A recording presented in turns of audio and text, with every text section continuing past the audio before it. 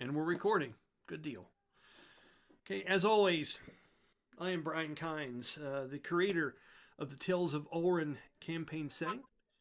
We use D&D 5th edition, heavily homebrewed, to tell our story. And the awesome folks that are hanging out with me this Sunday afternoon, you're here to help me write the story, one chapter at a time. Let's go ahead and jump into introductions, and then we'll jump right back into Plan A, the Water Temple of Yeota. Um, we'll just get introductions and get right back into it because there's a lot of good stuff possibly going to happen. Colby, go ahead, sir. I'm Colby, and I play Kiltusk, who is a barbarian slash ranger who is also a native to these islands and has a best buddy named Loki, who is this creature behind me. Awesome, buddy. Thank you for showing up, sir. Belly, you're next. Uh, my name is Bella. I play Silwyn, the Maiden of Song Bard turned Sky Lancer, who who likes hanging out with the big friend and the little friend as they navigate the spooky temple. Nicely done. Good deal. Okay, let's go ahead and just fall it right across the middle here. Danny, you're up, bud. Go ahead. Play Bastille, the veiled sun elf that was a rogue turned celestial warlock. Awesome. Thank you. And lastly, but certainly not least, right after he takes a big drink of something, it's Jeremy Keaton. Go ahead, buddy. I'll be playing Mirk, the human spirit paladin piloting the angelic body armor known as Baramas, Awesome, man. aka Big Buddy. Right on. Right on. You know, one thing I have really enjoyed over the last year is that we refer to you more and more as Merc now rather than Brahmas, which is how it should be. You know what I mean? So that's a point of personal pride for me. I like that whole transformation of that character. It's pretty cool how it's working out. So uh, last time we did this, which was 3 weekends ago, correct? It's been a minute. Um, you all had just went down the spiral staircase. Some of you did better than others. And you had come into a chamber that required you to both pull these large ancient levers back. Cleverly used some of that acid that you guys had found to help work on the gears a bit. Bastille struggled with everything he could to hold his gear in place, and luckily, before it slipped out of his hands, uh, Kill Tusk was able to jam one of his spears into the levers, holding them. Although, did you roll a natural 20 when you did that, Colby? For some reason, I was thinking you did. Because I was really worried about what would happen, you know, how long that had to wait there for you and stuff. But I remember it was a pretty sound job that you did. And then Mirk actually stepping out of Brahmas and leaving Brahmas there to hold said lever. As you guys went to traverse the lower chamber when you heard a roar and echoed sounds, unsettling ones coming from this lower chamber. You went in to face a Takari, which is a very important creature in these lands of Tenosia, especially the ones we're currently at. They are the lord and the larger alpha versions of displacer beasts, looking more leopard-like. And instead of the tentacled arms coming from their back around the shoulder blades, theirs come right off the side of their face where their whiskers would be. Found out that they can attack uh, up to a pretty good distance away from where they appear to be, which is something that displacer beasts typically do not have the ability to do, as Mirk thought he was in the clear and unfortunately was not. But between Mirk being extraordinarily forthright and domineering and Kill Tusk, pulling off some pretty good shots and intimidation, and played the intimidating role, they were able to back to the Takari spirit down, the guardian spirit, and it seemed to go back into its receptacle, which looks like a large carving of one of these Takaris that's sitting in this chamber. I think that pretty much covers it, does it not? So what I'll do is I'll go ahead and bring up the map so you guys can see what the room looked like the last time we was there. On your end of things, if you want to make that your central screen, feel free to.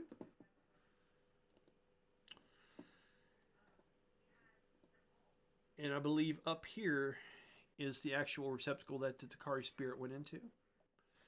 And then I will give you, I think we already read the description of this room. I think it was Bella that did that, correct? I think it was Silouan. Okay.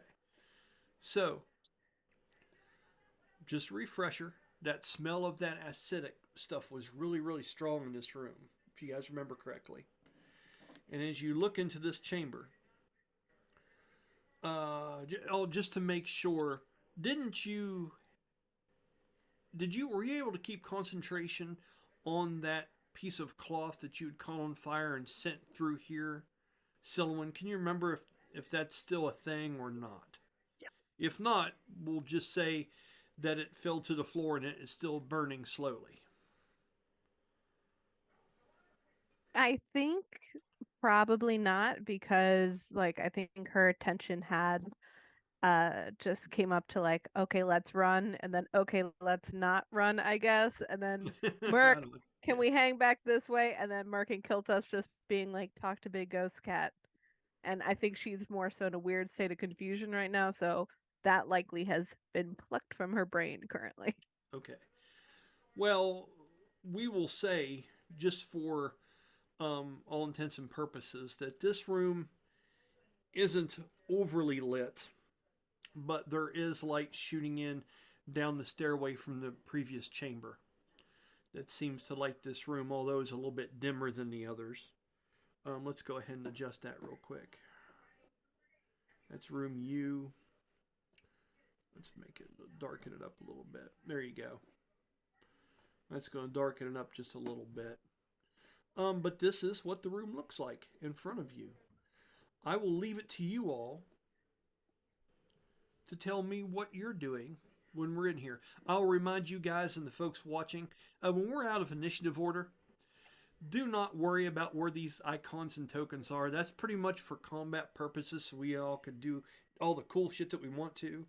You guys can go where you want to, do what you want to do, but make sure to be cautious. Once again, if you're moving without stealth and you don't say it, I'll take that in consideration. If you don't say you're looking at a wall or checking a room, I'm not going to automatically check it for you. Okay? So, having said that, let's just go ahead and start with Kiltus, because he's right here in the front. Once that creature settles back into that container up there, that Takari looking container, what are you doing in this moment? Remember, everyone can talk over top each other. It's like a real conversation. I'm just starting with Colby, but you guys join in and say what you want to. Go ahead. I think he would get deeper into the room. Okay. Do you have any particular thing or spot you're wanting to go to as you traverse forward, sir? Yeah, I think he would be going to that statue the beast came out of or went back into. Awesome. Okay, I can do that for you. Just 1 second here. Okay.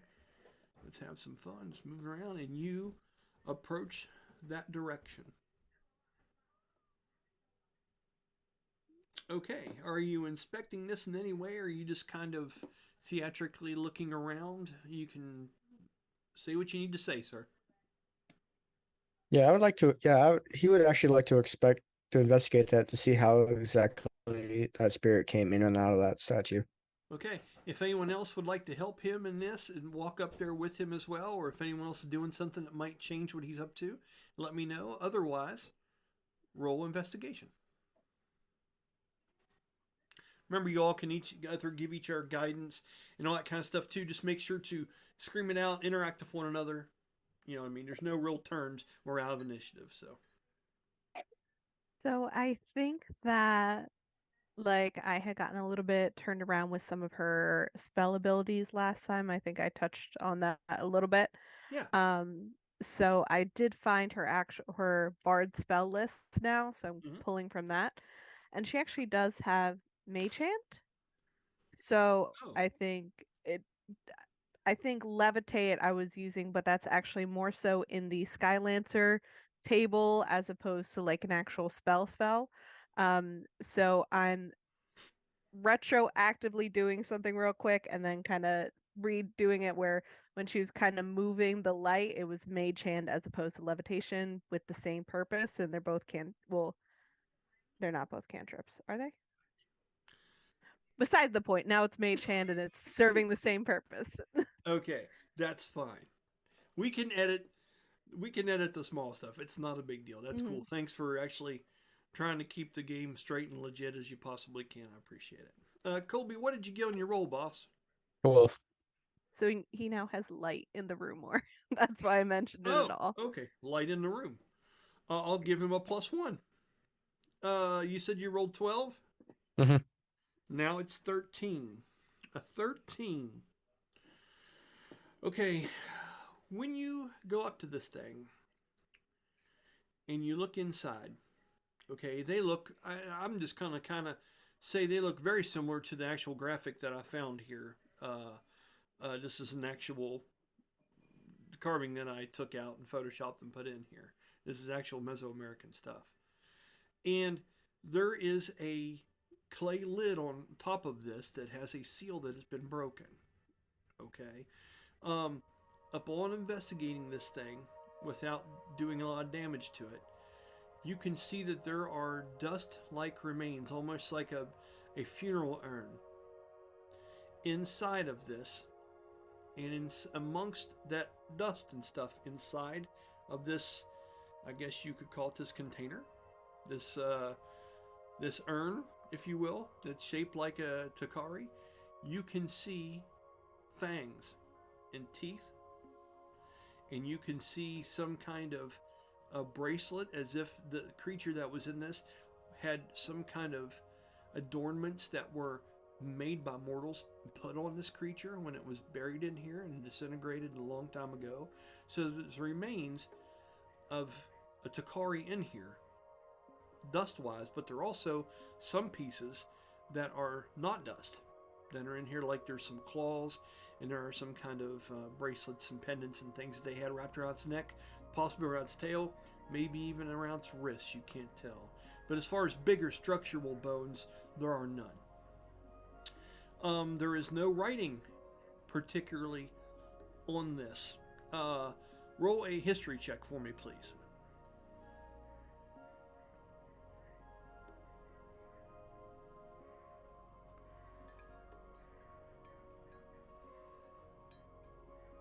Uh, 18. You know, just because of Loki, and that's why I wanted you to roll this. A lot of times, the writing on this is to remind the spirit when they awaken of what to do. Sometimes there's instructions for people that may find these said, this kind of situation.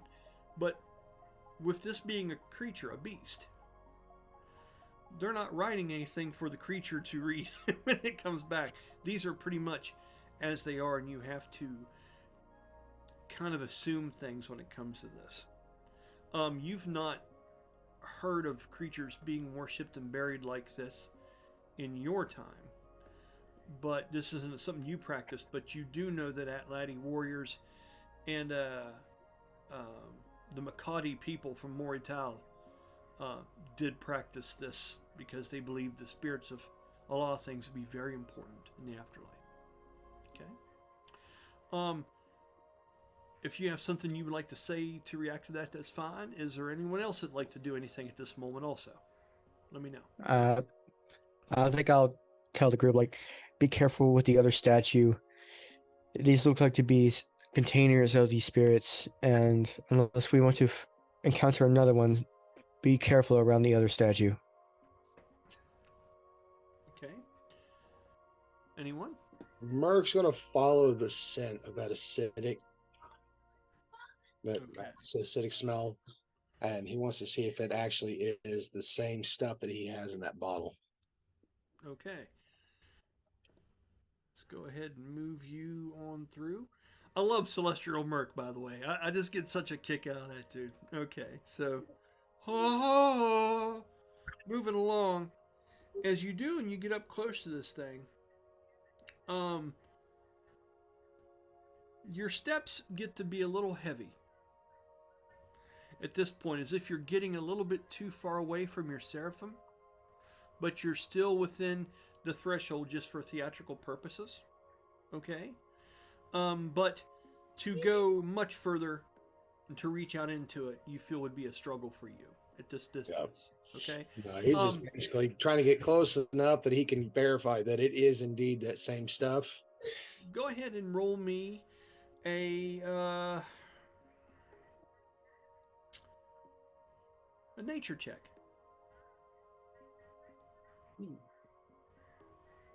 That's something I don't roll ever. I know, and it's about time we did. You know, I mean, shit. Right. It's a 13. It appears to be. Cute. That's all I'll say for 13. I can live with that. As you were there with the 13, and you were also doing this, just for the hell of it, roll me a perception check, please.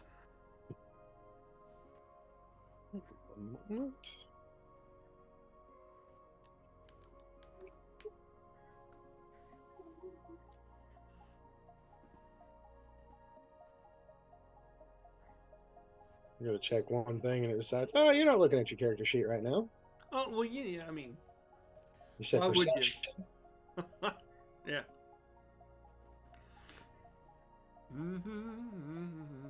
What do you think this is? A D&D game? I mean, right? 17. A 17. The reason why I had you roll this, your passive would have done this. I just want to make sure you didn't flub it. You know, I know that passives are a cool thing to use, but sometimes I just like to make sure people don't roll natural ones. And, you know, you do see what you see on the screen. Interestingly enough, 13 is my passive. That's awesome. That's awesome. Hey, part of the course, man. It's all good. So you do see what you see on the screen. You see some kind of grouping of gears. And from your investigation in the other room and looking at that paperwork, these seem very, very familiar to what was being worked on and developed and shit like that in that room that you guys were at not so long ago. And they are below the surface of this acidic water, this acidic substance in this place. Yeah. But these in here, sir, these look like one complete functioning piece of something. Like, not only are these laid out and these are put together, this is a functioning piece of something. Okay? You guys have a conversation. If not, next person, do what you want to do, man. Share So, the room. just to be clear, because I mean I watched some of the video, but Bast is free to move now, right? Because Kiltus jammed his spear in his thing. Yes, sir. Okay. It was Mirk pretty will cool. be, It was pretty cool. Mirk's going to poof back the Brahmas. Okay. I'm gonna head up to. As you do, you guys will be passing one another. Jeremy, describe it if you have anything you want to say to anyone. On the way, I'm going to say as you're walking backward, Jeremy, you start to, Mirk, you pass Bastille on the stairway. Possibly did you say you were headed in, Bast? Yeah. I apologize. Okay. And as that happens, I'll see you guys meet. Maybe right here at the foot of the steps. Silouan, you're right in the middle of this situation too, so if there's something in this moment that you would want to say, you're more than welcome to. As he passes Brahmas, he says, "You know that haircut is so last millennium." Nicely done, sir. I am due for a new one, aren't I? And you would But he notice says he in does that look and he he's grown a goes. beard. He's grown a beard. I was gonna say he looks and he goes, but the beard is definitely this century. I like Yeah. it. It is a new development. It's grown on me. I hear that puberty does take a while with you humans. I wasn't expecting approximately 200 years, but you're right. That pool back there. It seems like it has the same as what we have in the bottle. The one that restored Brahmas. So can we stick Brahmas in it to get it, you think? So I'm going to try. But what is in there appears to be a full mechanism. Seems like if anything, we need to go get the other gears and add them to it. But that's just looking at it. That's all I can tell. Perhaps you could see better of it.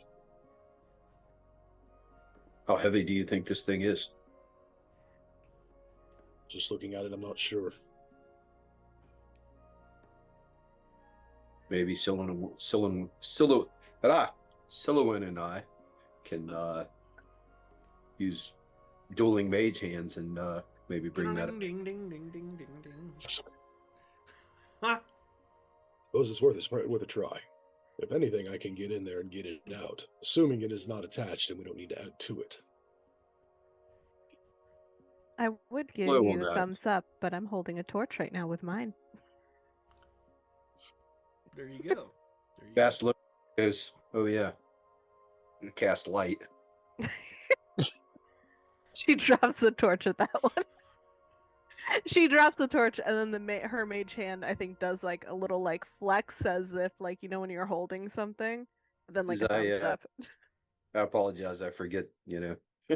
Light is usually a way to blind someone in the darkness when you can already see in it. D&D without spell slots, everyone. It's just a cluster, isn't it? just people just throwing just shit around. It doesn't matter. All right, the room is definitely well illuminated at this point. Please adjust your magic points accordingly. Mm-hmm. Bastille, you were headed on over that direction. I'll give you a moment here. Silouan, is there anything that you would want to do or say in this moment? I think if anything, she may do like a small kind of like a, "Hi, bud. How's it going? Good to see you." Though I would prefer to see you less out here when it's dangerous. Preferably. But I don't think I'll get that, will I? Somebody had to hold the door. Yeah, well, he's doing a great job over there, but also let's not risk your like spiritual essence and form being erased from this plane of existence, because our mutual boss would be mad. Swin chuckle and then say, "You do realize he became one with Brahmas because he was a great warrior before he was in the Seraphim." I am well aware. Well, he has no idea that you guys have been other places. Mm-hmm. So to him, he thinks it's funny that you're talking down to somebody that was, at the foot of the mountain. So let me correct her response. She'll probably be like, "All right, almighty warrior captain, how dare I?" So and nice. then wanders further in. Yeah. As Mirk is walking towards Brahmas, he just kind of gives her a hand wave. All right. Silouan, roll a history check. Okay, let's see. Dun, dun, dun. Dun dun dun. Let's see. You said history. Yep. So that is intelligence, which is 15 plus 3, 18. Okay. With an 18. With that smirk and that feeling that you just had, you seem to remember, and I'll be very brief with this, but some other moment that felt very similar to this with Brahmas at one point in the past. You remember there being several different competitions that you guys were playing like drinking games together in a bar. And you remember beating him almost every single time. One time in throwing, one time in a rhyming game that you were playing with him and stuff like that. And it felt a lot like this moment. And you can remember looking up at the large construct in this moment and sharing that kind of feeling like I bested him. That's awesome. You know what I mean? But you've never got to see Mirk himself in that moment. And that's what makes this and sets it apart and makes it altogether kind of different. But yes, just something for you to know. You said it was a rhyming competition? There was one where of there them? was different poems that you all were given, and you had so many lines of a poem that were real, and you had to make a line of a poem in just a matter of seconds, and you had to read all four, and it was everyone else's job to guess which one was the fake one. And So- you did very well at it. I think what she may do when remembering that is kind of half over her shoulder in like a sing-songy tone, like playing it as off as if she's just sort of like, humming to herself or kind of just like saying something sort of absentmindedly. She is probably going to say whatever that line was back at Mirk as he's sort of like, climbing back into his gear, kind of just like that. Remember that sort of thing, but not.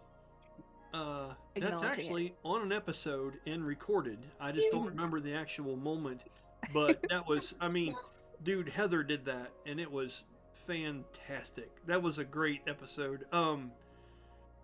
She does this, and when she says this to you, Mirk, it's kind of just all of a sudden with this smile and no hesitation, she rattles off this line to you. And it is a very good sign that there are pieces of her past that are coming back to her just randomly that she doesn't even realize. It's becoming more common now to where it's not even a big deal that it happened. Does that make any sense? Right. In this instance, like he's getting ready to step into the teleportation circle, and that line stops him. And he just looks back behind him, looks at her. Of everything that you could remember, it had to be the one time you made with me. All right. She's not It acknowledging won't that happen in the twice. slightest. It won't happen twice. Don't get used to it. That's And awesome. he'll teleportation circle back into Bromus. Yeah, she doesn't acknowledge that in the slightest and just goes like, or something. Like a As- little hum to herself than anything. As you're doing that and you get ready to step into the teleportation circle, Mirk, Karsu is there looking at you from probably about 10 foot away. Okay. And her eyes have went back to their regular color. She's not in the middle of doing anything. Just to say, and if you all want to help me with this every once in a while, feel free to. Unearthed Arcana years ago came up with a new psionic class called the Mystic. Now, it didn't work for a couple of different reasons, but for a lot of reasons it did. It did a lot of cool things, scratched a lot of itches. I've read into it some. And that's kind of what I'm basing. If I had to put a D&D class to Karsu and what she is, the Mystic would kind of work. Because I can't look at everything. I'm just one person. But I looked across that, and it made a lot of sense versus some of the other things. So if any of you ever do any research on it, and can think of something extraordinarily clever that a Mystic could do, let me know. Because but that's kind of what she does. And in this moment, when you were going back inside of Bromus, she stops and she looks at you. Now you took a pretty, what was it, like 13, 14 points of slashing damage from that creature, or was it nocturnal? Or it was nocturnal damage that took the form of slashing. What's that? You mean necrotic? Yeah, necrotic, yes. That's what I meant to say. I was saying nocturnal damage. We had something else in here? Yeah, it's the really bad stuff. it's like there's drugs, then there's meth. I know. You've heard of dark matter? This is dark damage. Yes. You can't see it coming. It just hurts a lot. I remember taking a pretty good lick, but I'm almost positive that he was resistant to the type of damage he took, so it didn't hurt him as bad. Okay. Okay. So she gives you a look as if she's preparing something, maybe some kind of minute healing ability or of some kind. But she withdraws it, and you're able to notice that her casting of this, she ceases as the lights seem to reside back in, and her eyes go to a normal color, and she gives you a knowing nod as she turns to walk down the stairs into the room with the others. Is there anything you care to say to her in that moment, or is that it? You look at her. I appreciate your concern. I'll be all right. Without turning back around, a silent nod with her looking halfway over her shoulder. And that would be the end of that. You now come to rest back inside of Brahmas. And they are one again, which makes me have a lot easier time of it on the map. Okay, so with that, Silowin, are you headed down into the room yourself? Is there anything particularly you would like to look at, or not? You can look at the gears. You can do. There's all kinds of things here you can do. He can let go of it now, right? Or is he holding it in place? I don't know. As far as I know, I'm holding it in place to keep the door open. I haven't let it go yet. So with that thought, what do you do? I think she's maybe going to check out to see if there's a way that she can help jam it open, because he expressed an interest in walking over to the pool and checking it out. Okay. Do an investigation check for me. Okay.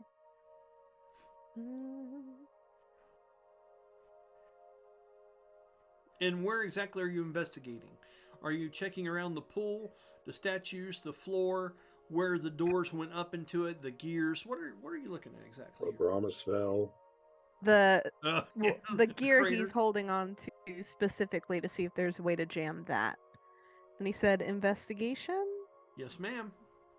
Okay, that's another intelligence. So that's a +3, +8, so 11. So No.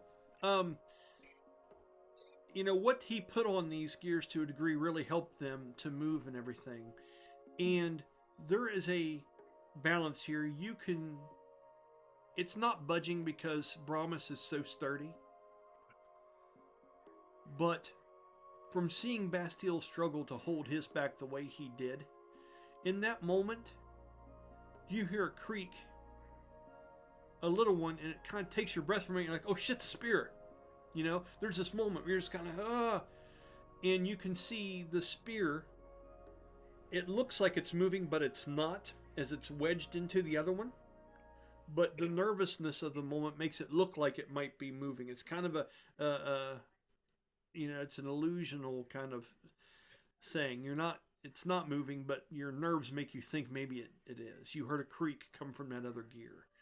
You can't find any way that you would know of to jam this thing and make it hold where it is. I promise.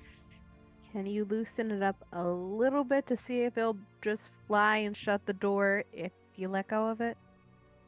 Don't break my spear. No, so the one is held with the spear, and then the second one is being held by Brahmas, yeah? Correct. Yeah, so the spear is safely and securely holding the other door, like the other part of the door open. She just wants to make sure that it's not like, Brahmas is going to wander over and then we're going to lock Kiltusk and Bast in the other room. You know what I mean? Mm-hmm. I just don't want my spear broken. Right on. It's all good. So, Brahmas, guys have a conversation. What are you doing? He's going to think about it for a minute because he doesn't know if these are in tandem. And he feels like if he goes to let one go, which he has no doubt that push comes to shove, he can make it happen where if that spear does snap, he could probably hold the mechanism enough time for them to get out. Yeah. But he doesn't want it to have to come down to that. Right. So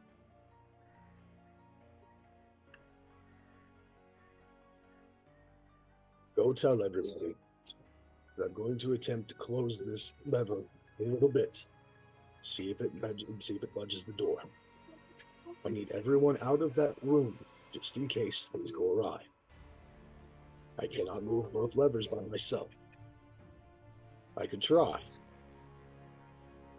but I put too much strain on the one lever holding the mechanism. May very well cause it to break entirely. And without Brahmas, I don't know that I'm strong enough to manipulate the other lever myself. We'll let them know what we're going to do, at least for a moment. We can go back to investigations when we know everything will be okay. With that, Karsu goes over and stares at Kilta's spear wedged in the one, and she looks at Silouan and says, "You can go tell them. I will watch and keep an eye on this one. If something moves that should not, I will surely say something." And you see her eyes start to light up again as she holds her hand up and she kind of makes like a fist. And you can see kind of like her clothes go a little bit rigid and stuff like that. And you can hear a creak or two as if she's fortifying. She's doing some kind of kinetic push or using some kind of power to try to hopefully hold that gear in place a little bit more at the same time. Okay? Just for the hell of it, Silouan, roll me a 1d20 and a 1d8.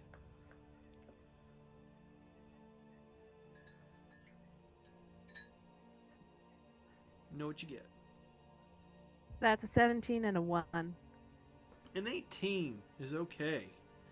I'm just measuring the magical power of how Karsu does in this instance. And it seems like she's holding fairly well. Do what you gotta do.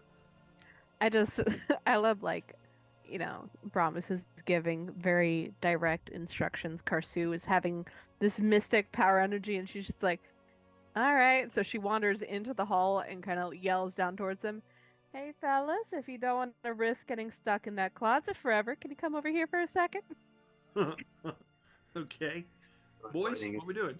And I would assume that this happens after at least Danny's had his chance to investigate because he's been in there for a minute. So Right. Cool. Good. Thank you. And like I say, it's okay to say this kind of things. Danny, as you go over there, this is your room, buddy. What are you doing? Real quick, I'll give you a round or two here to do a couple things, and you let me know. He would take one of his poison vials out, and using Mage Hand, he's going to dip some of that acid. Okay. Get back to Brahmas with him. Go ahead and take off the magic points. As you do, and you have the vial, roll me a 1d20. I want to see how good of stuff this thing's made out of. What'd you get? Natural 3. Okay. When you take the mage hand and you begin to drop it down into this, not only is that vial just fade away like watercolor paint in water, but the second that the mage hand touches some of that stuff, that spell is dispelled. Ooh. That spell is dispelled the moment it touches this. There is an arcane property to this stuff. For a good reason. That is some potent stuff. Well, and trust me, I know. And I've thought about this quite a bit. Must have some of this. Well, you better have something better than a thimble next time when you go to get some, because the 3 is not going to cut it, sir. All I know is... That's one turn's worth of stuff. I'll give you one more. All right, I have...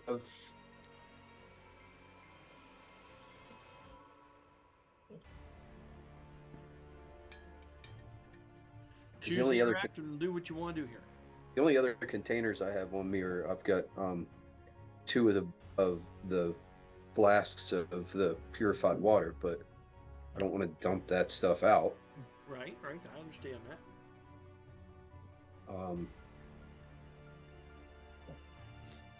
And Jeremy has Mirk has a container of this. Is this the same stuff that was, we think? Are you asking him or are you checking yourself? Asking, because I never actually seen what was in it other than the drop he put on himself because I wasn't playing with it. Yell it into the next room. Mirk, do you think this is the same stuff that we found before?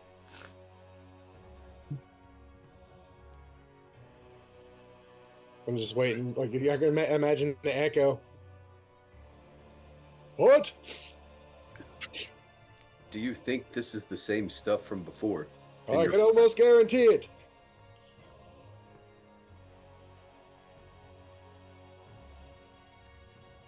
Right. Yes? My notes say I have a jar from earlier in this temple, so I want to try to hand that to him and see if that works. Does yours have the holy water, the purified water, or just the? Mine just says jar, so I'm assuming it's empty. Okay. Does it have a handle on it? Roll 1d20, 1 Sure. through 10, yes. 11 through 20, no. I'll do it. I got it. 19. Okay, but I'm using my next roll. Using that for my next roll. So 11 through 20 was no handle.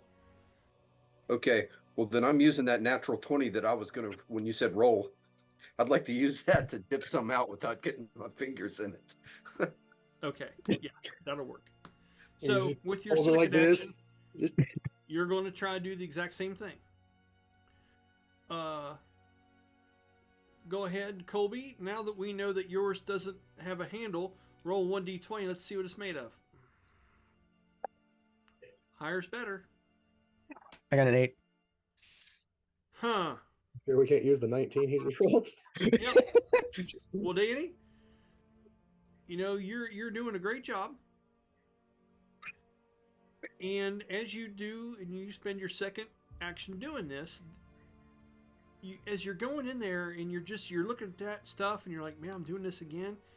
That stuff that I had earlier was made of a certain kind of metal and it had this precious lining inside. I'm trying to do this with regular stuff over and over, okay? And the same thing happens. As this one disintegrates into the water, if you remember back, there was a specific kind of container it took to hold that kind of stuff. And these do not make the cut at all. You are down 2 containers now. And now we'll go ahead and talk about everybody moving out of that room after Silliman says this. Be right back. Okay. So, Danny literally moved out of the room. Kiltusky doing the same thing. He's in the role play. I mean, he really takes this shit seriously. He does a great job. Yeah, I'm moving out of the room. Okay, just because we'll say everybody's moved. Brahmas, what are you doing? Once you see the other two seem to move out of there and are standing roughly in this area. Once I see everybody's out, Brahma's holding on to that lever. He's going to switch his stance a little bit so he's a little bit further back. And then he's going to let the weight, and he's going to try to sit and control the weight as he lets it go forward a little bit. And he's going to keep a sharp eye on that spear as he's letting it loose. And he's not doing it quickly. He's not doing it incrementally. He's just very slowly letting it go. Roll an athletics check for Brahmas. If he hears a creak, he's stopping. Yep. 22. With a 22. Thank God for a +9. When you start to let yours back, at first you don't feel anything. And then you get braver and braver and you notice that your hand is almost let go of it. And then you go ahead and you just bring your arm off just ever so slightly, promise. You have no weight on that lever because, as you said, and I watched the video, you shoved it completely all the way down. Okay. Which you're thinking now is put it into a locked position. As you look over, Karsu is literally just intently looking at this thing of her mouth. Kind of that youthfulness of hers, that youthfulness is really showing in this moment. The proud, tough scion that keeps her emotions inside is starting to bleed out a little bit here as her eyes are strained on it, and you hear a creak. And then you hear another creak. And she tenses, and you can see these marks form between her eyes as her eyes begin to tighten up a little bit, and you can hear the bones like kind of crack in her hand as she starts to move forward, and she's pushing on that lever. You can see that lever has not been pushed all the way down once. It was just pushed up and held to a degree. Silouan, just for theatrics, because you're helping do all this, you can see that the first door, the one that you're standing beside here, is all the way up recessed into the ceiling. But that furthest one up there, just another 10 foot away, is not recessed completely into that ceiling space and is moving and bouncing ever so slightly as the scion tries to hold this lever in place. What is everybody doing?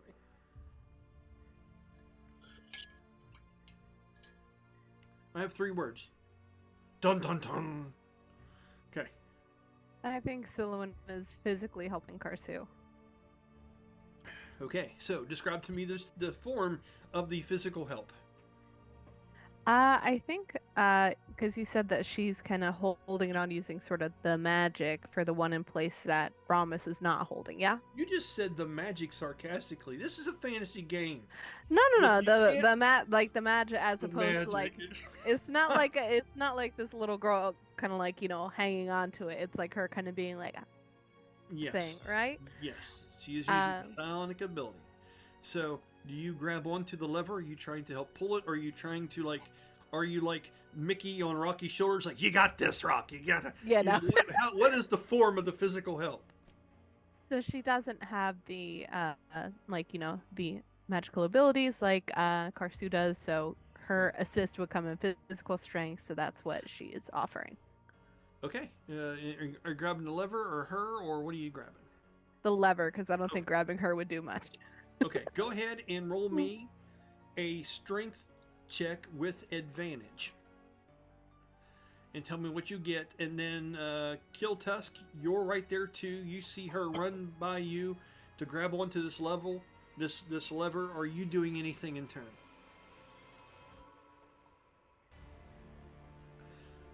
If you are standing, there you go. Okay, go ahead, bud. Am I able to see if my spear is also preventing them from holding it down anymore? You are. Roll an investigation check, please.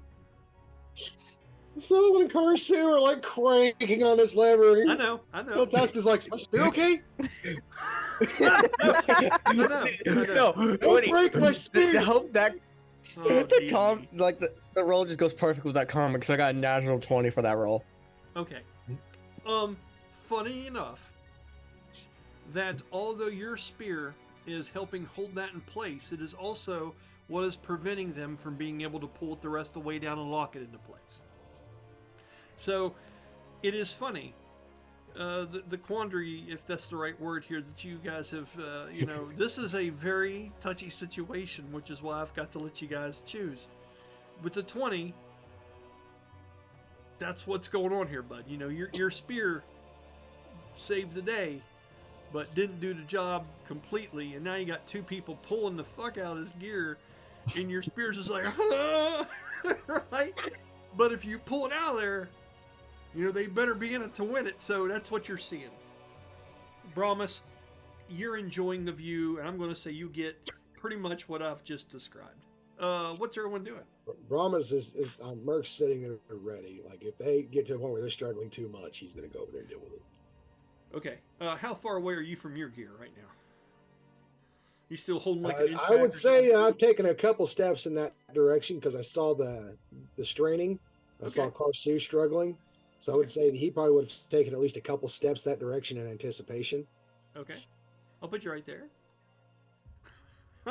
So, Kiltusk, what are you doing? Has someone made it to the lever yet and started Oh yeah, pulling down already on it? happened. Already happened. That's All why right. they're yanking Yeah. across this, and you can see that your spear is helping and hindering at the same time. All right. I think I will step up there and like tell Siloan, like, my spear is not helping right now, but it would help if I pull it out. So be ready. Awesome.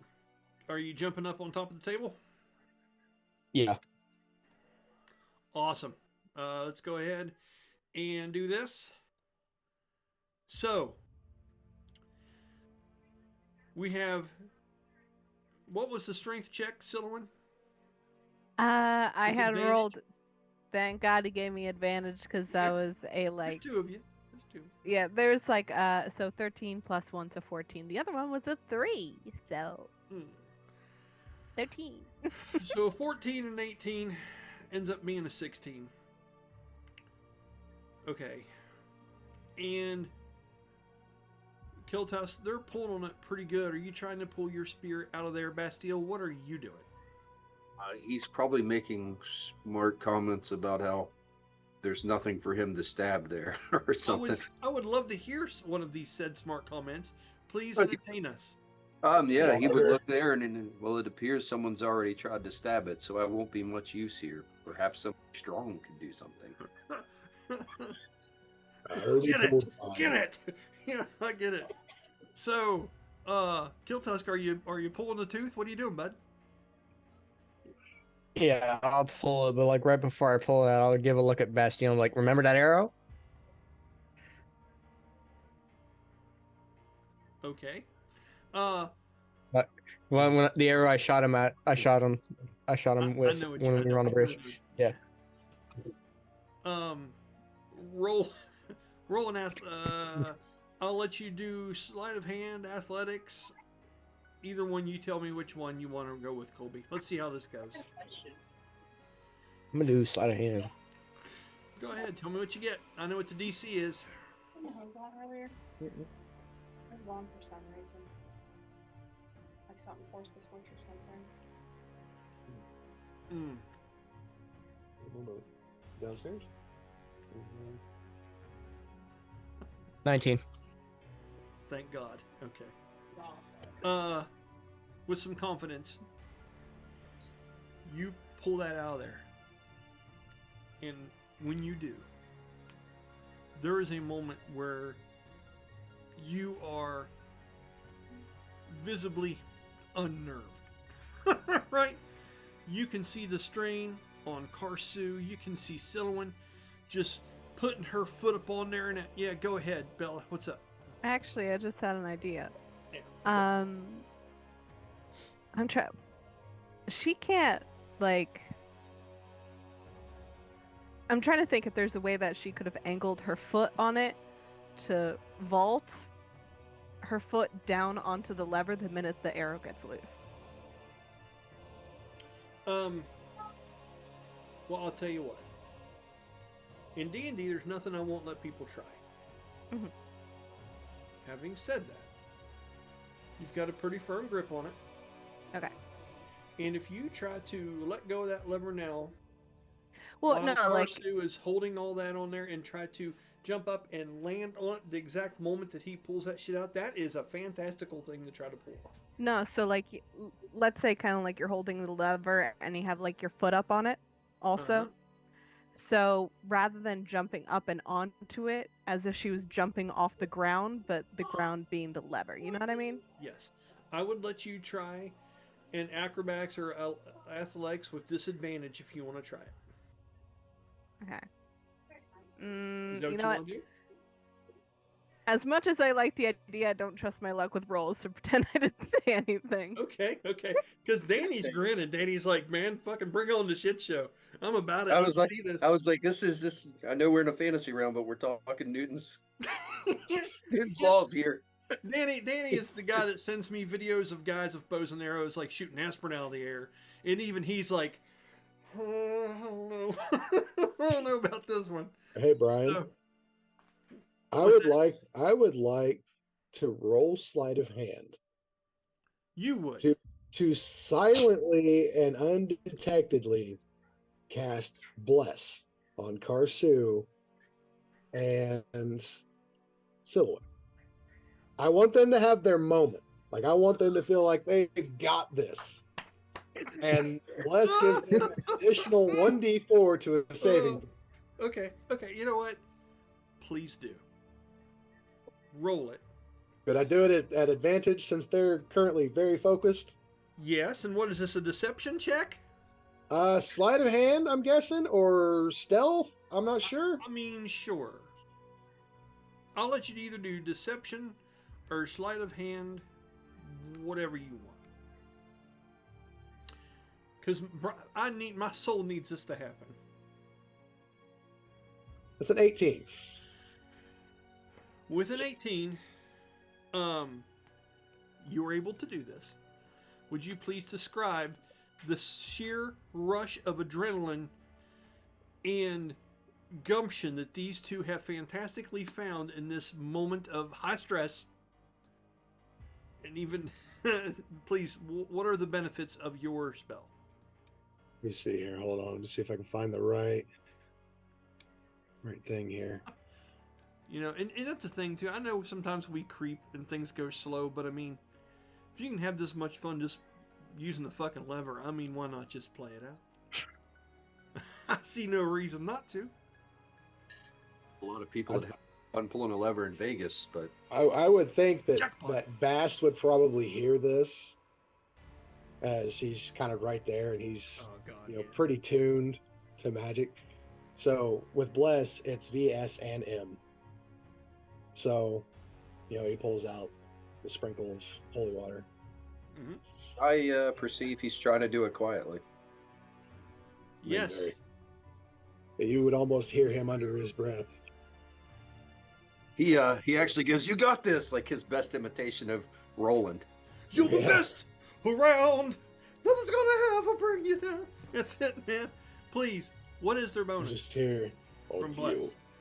as both of them feel that rush of adrenaline and can add an additional 1d4 to the saving throw. Ooh. Okay. I'll let you roll Karsu's 1d4, Jeremy, and Silwyn. Man, your mad gains from all your training. Roll another 1d4 and add to it. You had 13, right? Yeah. Yes. Okay, what is it now? 1d4, that's just a 1. A 1. Awesome. No, so 13 plus 1 plus 1, because the original one is the strength modifier. Okay, 15. So 15. And what was Karsu's, Jeremy? 3. Okay. With that, you hear and Bastille, you're looking up the hallway and you see that door start to recede into that cutout and you hear a crunk sound. And then all of you can hear water rushing through the walls, like as if there's some kind of pipes or some kind of ancient waterways in behind the stone workings. And it seems like it is held in place somehow, as if some kind of final push has locked this thing into position. And with that, do you ease off? Or what are you doing? What are you doing, Stuart? Look at me. Look what I can do. Yeah. I think if it's firmly in place and Silwyn's gonna let go, Go ahead. Let go. she does it. Okay.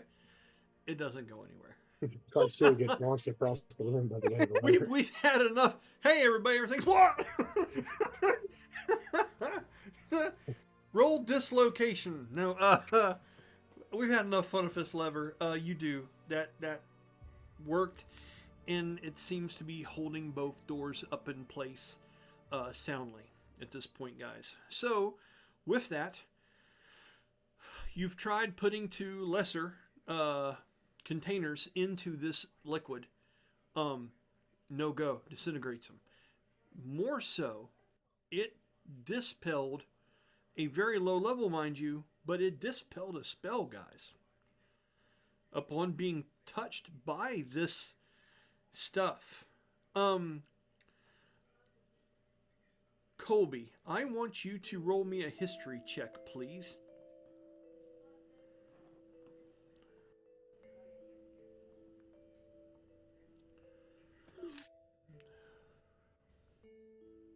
$13. Okay.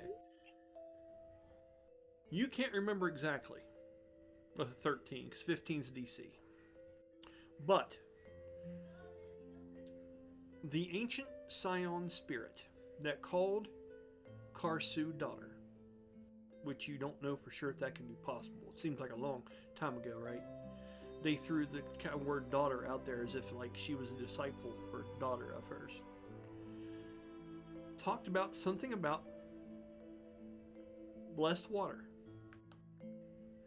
And this place has to go through a cycle and a cleansing to be able to move forward. Now, I know what she said because I'm the one that wrote it and I'm the one that was there, but with a 13, there was something to the words that she said, but you just cannot quite put your finger on it, my friend. It's a little bit being here in a moment and all the stress of that gear has you a little bit confounded, but you don't know that dipping out the acid is the answer. Okay? With that, I won't make everyone move their pieces around anymore, but is everyone going back into the room to further investigate and figure out what needs to be done here, or what are we doing? Or are we move forward trying to find an answer somewhere else? Well, I'm moving forward into the room. Okay. So as you do, sir, and I'm just going to move you because it's right here, it's easy and I can do it. Where are you going? To the fountain, or the, yeah. It looks like an old, like, coin fountain that has not been turned on in a long time. It has that kind of look to it. It's about 2.5, 3 foot up off the floor with the railing like that, and you see those gears in there, and they are not moved. And this water, this acidic concoction that only that one vessel that you had could hold, you know, seems to be all around this stuff. And I mean, dude, when that stuff went in there, I'm talking like Alka-Seltzer. I'm talking this shit that Danny and him had did not have a chance in this stuff per tell. They're getting a better look at it. These gears look fixed, right? This is not something we can get out of there. They're something we need to add to. No, Is that they look like they are together as one part of a functioning unit, but they do appear that they could be removed. There's nothing holding them to the bottom of this thing. They sit comfortably, silently, and still in the dead of the night. Like every rose has its thorn. Had to quote some poison there. I couldn't help myself. And you said that I was fairly certain that this was the same stuff that was in that bottle. Almost positive, yeah. Mirk's going to step into it. Okay. Whoa. There you go. Hey, little interaction, fair one. Go ahead, Bastille. What would you have to say other than woo-woo? How about we try sticking a hand and not a foot in? Maybe a little bit at a time there, mate. You go falling into this. I know it did some fancy stuff for the metal, but it just dispelled magic. You might find your spirit somewhere else. Silliman's a fair kind of like, point. I second that, as she's like seeing him like hover his foot. But I mean, hey, if 200 years is enough, I mean, you know, for me, I've got a few more of those to go, but Hey, I'm gonna cut in. Yeah, not enough. Don't do that. Test strip.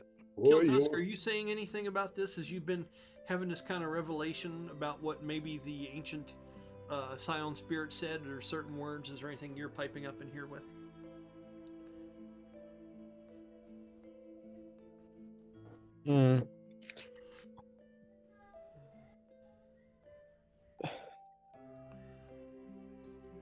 No, because like I think he would be like, because like he'd be amazed like how Brahmas already, it looks like one of his walking gods and stuff like that, he wouldn't know if.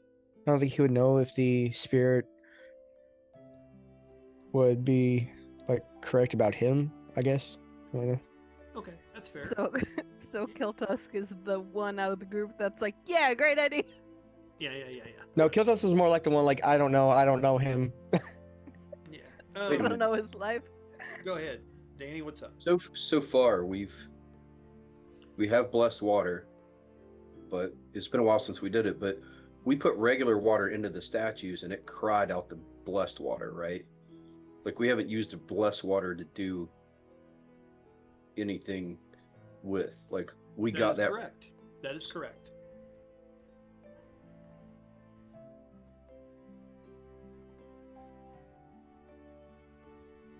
How many vials? Because I know Bast has. He's got 2 vases of it. Mm-hmm.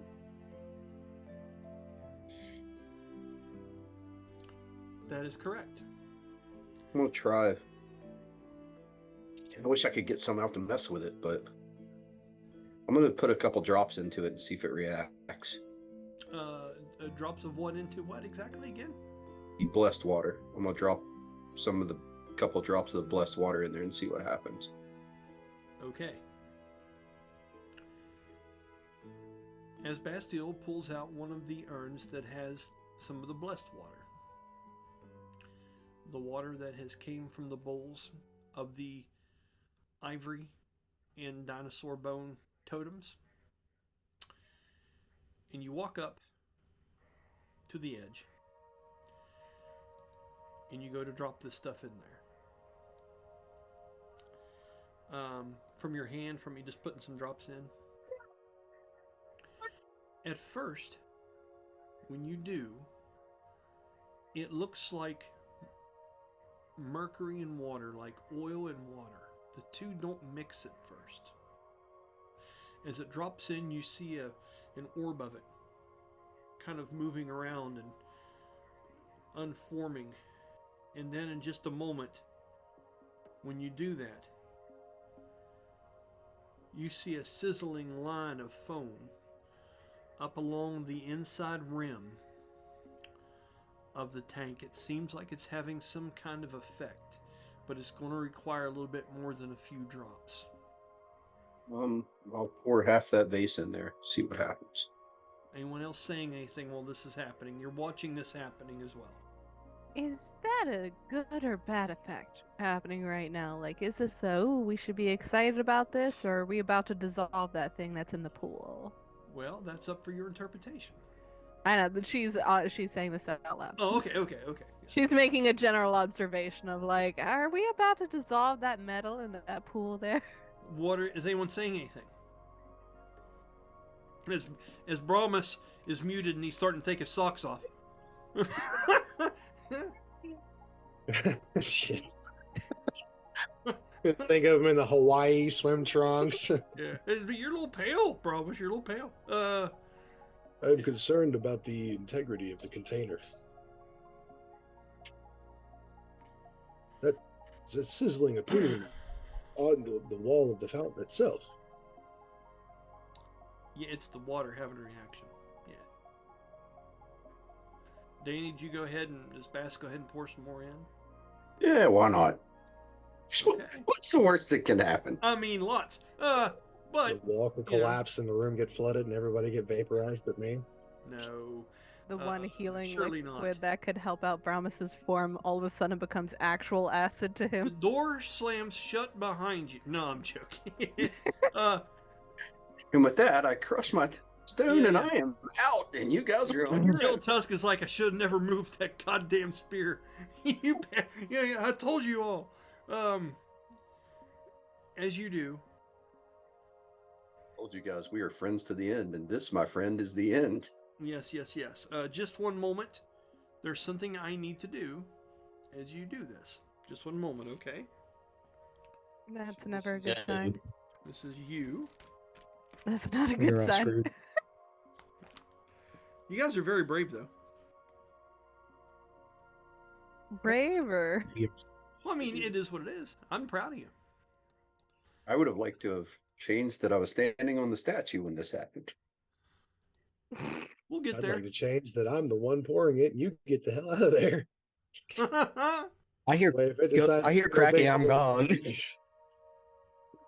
I love how with that change, it's like if I would change it, then Brahmas is doing the sacrifice. It's like immediately after Silouan changes the timeline that she's pushing them out the door. I love it. As you put that water in there, the effect that it was having over top of this acidic arcane substance begins to take effect. And slowly, I don't want to hear it. to your amazement, you see the color of the water begin to change. And as that happens,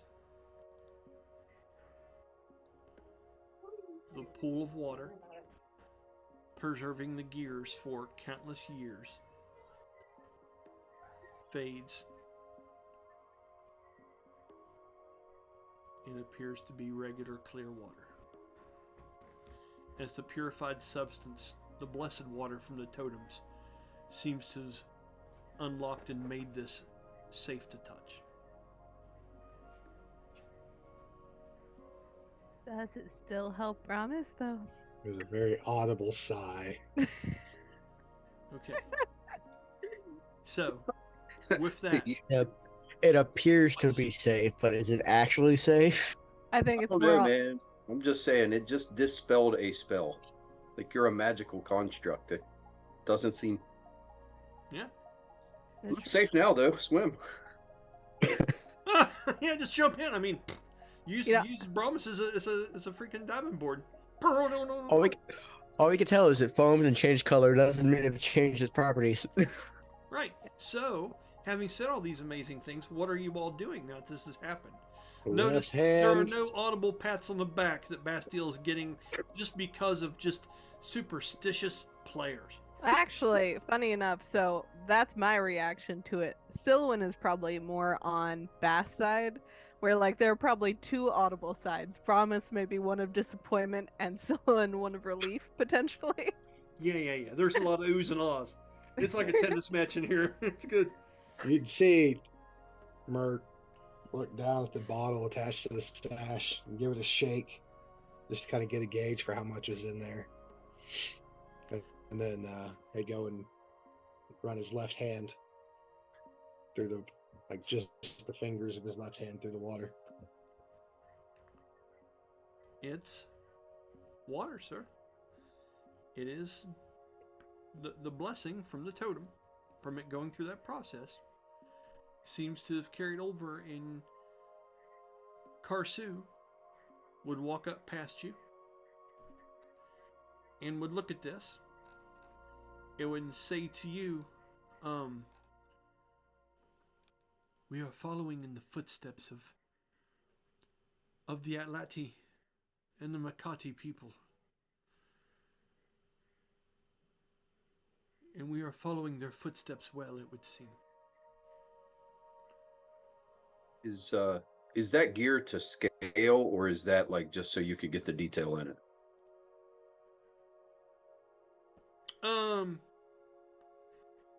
I'm gonna say that poundage wise, I'm gonna say that overall that mechanism of gears together in a functioning unit of some kind, because you guys have Kiltusk and Brahmas really get this because they studied those papers in the other room. I'm going to say it's going to weigh every bit of 35, 40 pounds. It is a grouping of gears that are together, a functioning unit of some kind. Because I was seeing it cover like a 10-foot space, and I'm like, I'm not going in the water for that. That's a good way to drown. You know what? And you're right. And of course, just thank your DM for being able to come up with this graphic and make the changing color of the water. But no, the gears, I want them to be big enough where you can see them. No, they're not kind 10 of what foot I was. across. That's why I was asking if that was to scale or for the detail. No, it's But the now detail. I know it's for the detail. Or maybe it looks bigger underwater, like fish. You know what? That's exactly what I was thinking, Danny. Thank you. It's magnified because of the water. You solved the puzzle. I mean, fucking, you win D&D, sir. Game over. Arcane. There's a joke. But you in there. can't win, I know man. it was. It was good. It was good. Come on. Let's get it out of there before the water corrodes the gears. You reach in to grab them. Okay. Do me. Huh.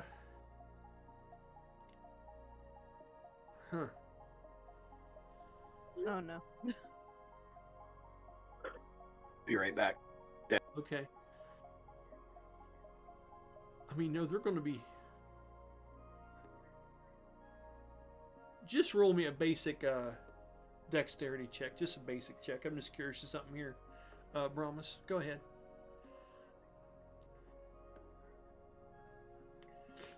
Dexterity is a 9.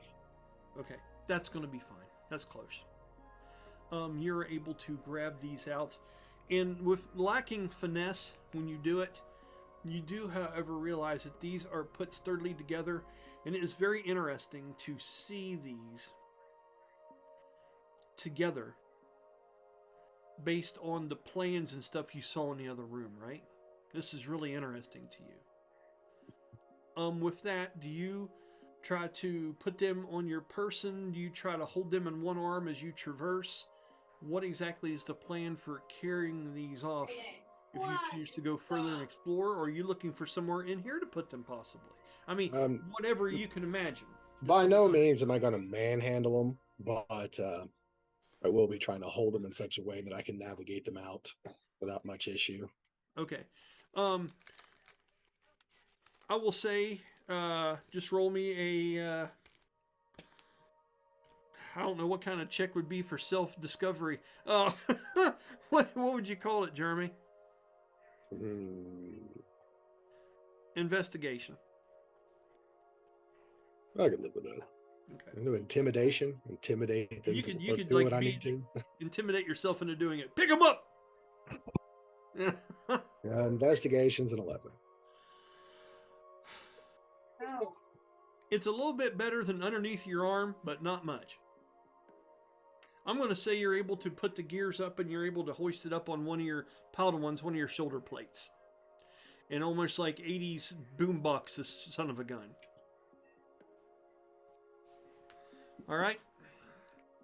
With that, everyone, what's the next move? Where are we going?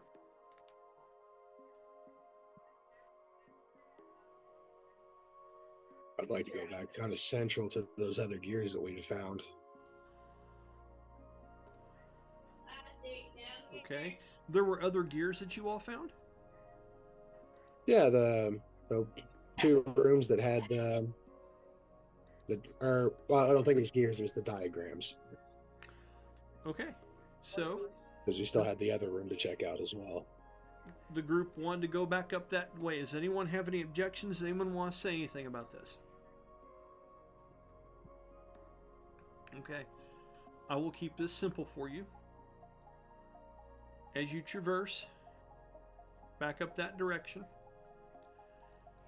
and you head back up the stairs, of course, this time, Karsu, with an unnerving look, kind of walks ahead of Brahmas and begins to climb up the steps first, trying not to be rude as she does it in fear that he would fall backwards on her, which is the opposite of when we came down the steps. Does everyone else follow suit, as this would be a very awesome and kind of comical moment? As everyone takes their turn kind of walking past Brahmas, giving him the eyes of shame as they make sure they want to go up the stairway first before him so he doesn't fall down on them. What's everybody doing in this moment? Brahmas is making sure to be very deliberate with his steps. Okay. Which is fine. Arya, stop. I'm debating Anything? whether or not Silwyn wants to get in front of Karsu, or she just has her like hi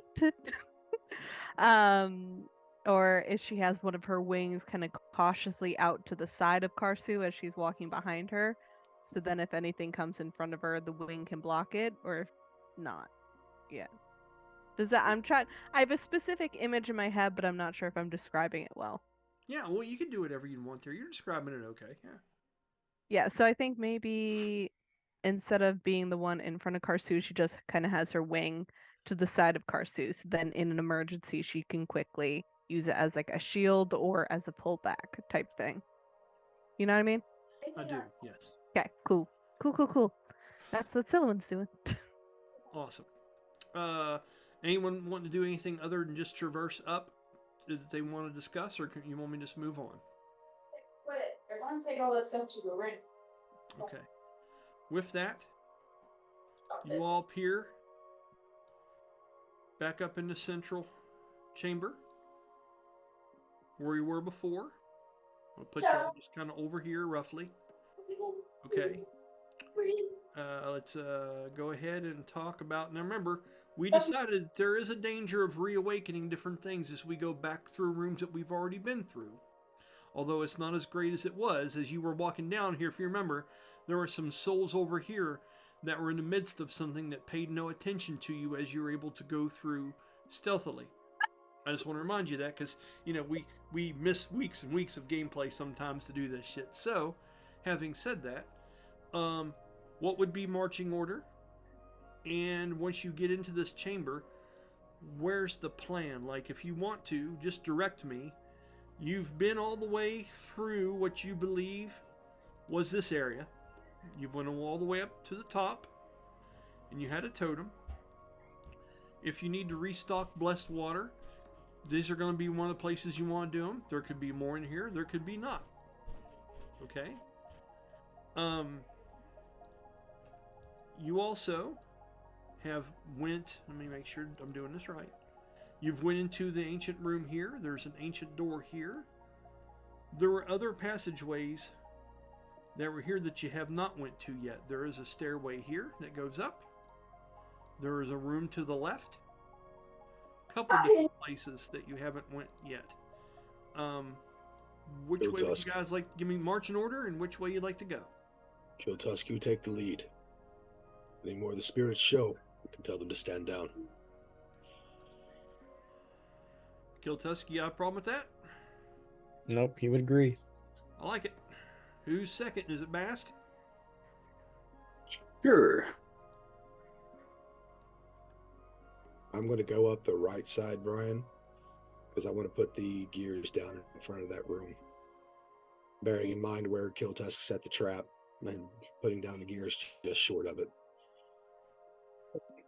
Oh, yeah, okay. Wait a minute. Do you not want to take those with us? We haven't seen where they go. Why backtrack for it? We know the plans are in that other room. I'd like to keep them close to that. We can always maneuver them as we need it. But at least that is familiar territory. I don't want to carry them into somewhere new and risk them being broken. What's to say something won't destroy them while we're waiting if they get in behind us? There's a risk. But if I'm carrying these, my combat capacity is going to be very low. But I don't want to put you all in that dangerous position.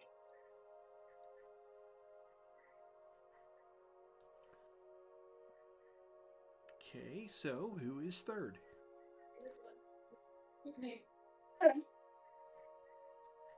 I'm such a deodorant. I'm not sure if it's like if we're continuing the Karsu Siluan promise thing. It's that'd be fine. I just need you guys to tell me, because I don't want I'm bringing up the rear. I assume that's how we came up the stairs. So yeah, so then probably it'll be Karsu, Siluan, and then Promise. Okay, that works. Thank you. Okay.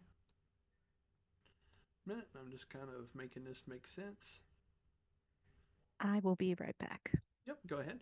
Actually, right before we get ready to march on, we'll take our first break here. I'm going to refill my coffee mug real quick. Let me get these pieces in order. He pours half a fifth of rum into the coffee.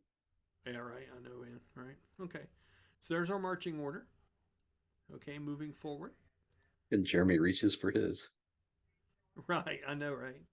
So yeah, and I'm gonna get a little bit more coffee too because I like to have some. So with that, let me go ahead and bring this up here real quick.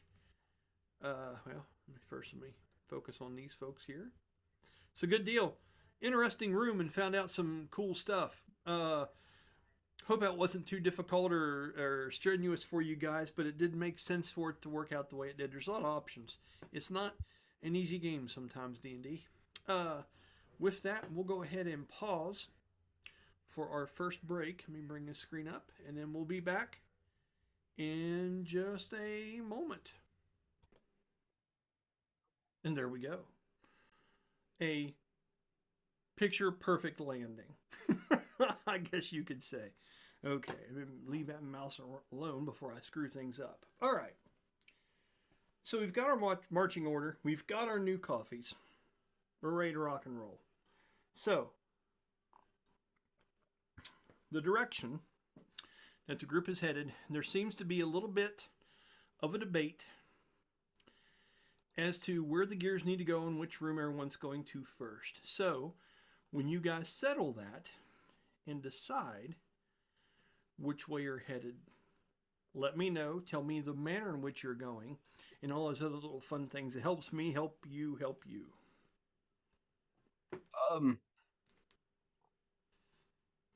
gonna trot up to the statue since we're still in the open there and just see if I can see any place the gears might go on the back of it. Okay. So are you staying in marching order or are you going up by yourself? As you said you were trotting.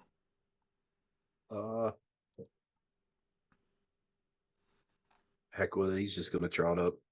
Like, hey, I'm gonna check this out, see if there's a better place to store these gears, maybe in the statue.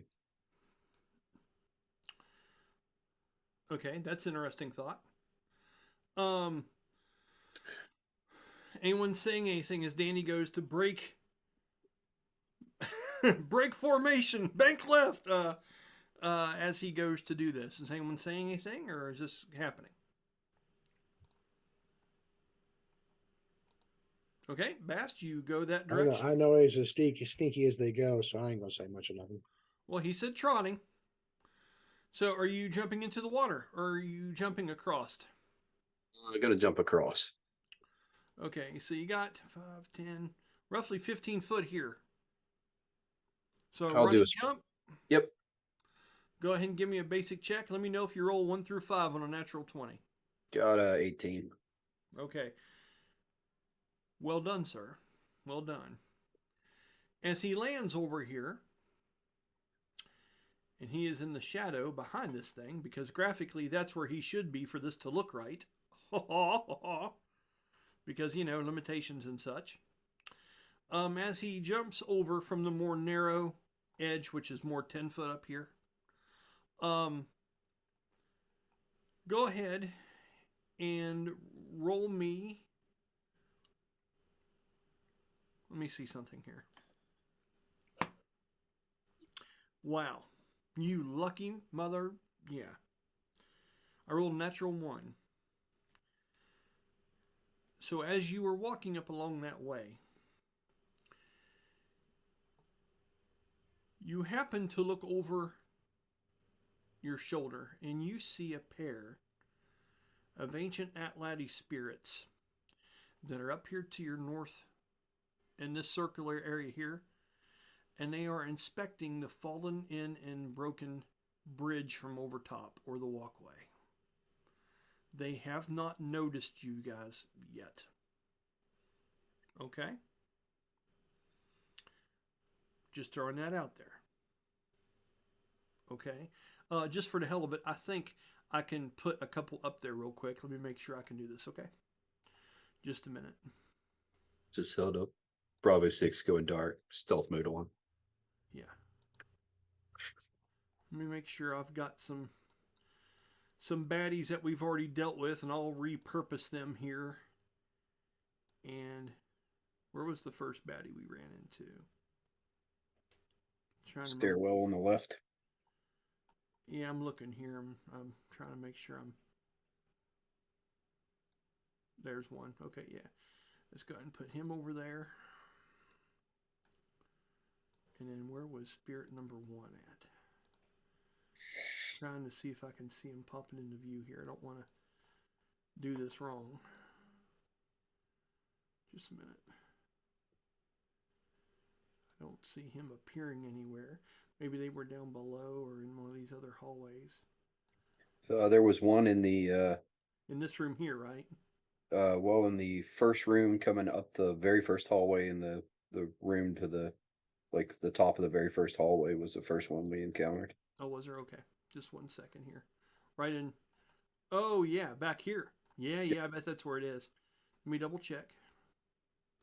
Yep, there he is. Good job, Eddie. Thank you.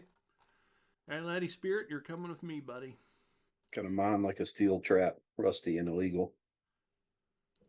God, you waited your whole life for that, didn't you? It was worth it, dude. It was worth the wait. It was good. It was good, sir. I'm What not kind going of to take that dad away doesn't from have you. dad jokes? Oh, I know, right? I'm going to watch that video later. Boy. So I am. Okay, so they're up here. Why are people rushing to get into the gates of Helheim? That was pretty good. You need to use that voice for something in the future, please. Okay, so you're here. Roll an investigation check, and then tell me what it is you're looking for as you jump at the feet of this Seraphim-like structure that very much resembles Brahmas. 17 for with bonuses, and he's looking for something that stands out. Like, hey, here's go here. Okay, tell me what it is with bonuses. This is important in things like this because there's high numbers mean high stakes here. Okay, with bonuses, 17, that'd be 20, 24. 24. 24. Was that official? Yeah.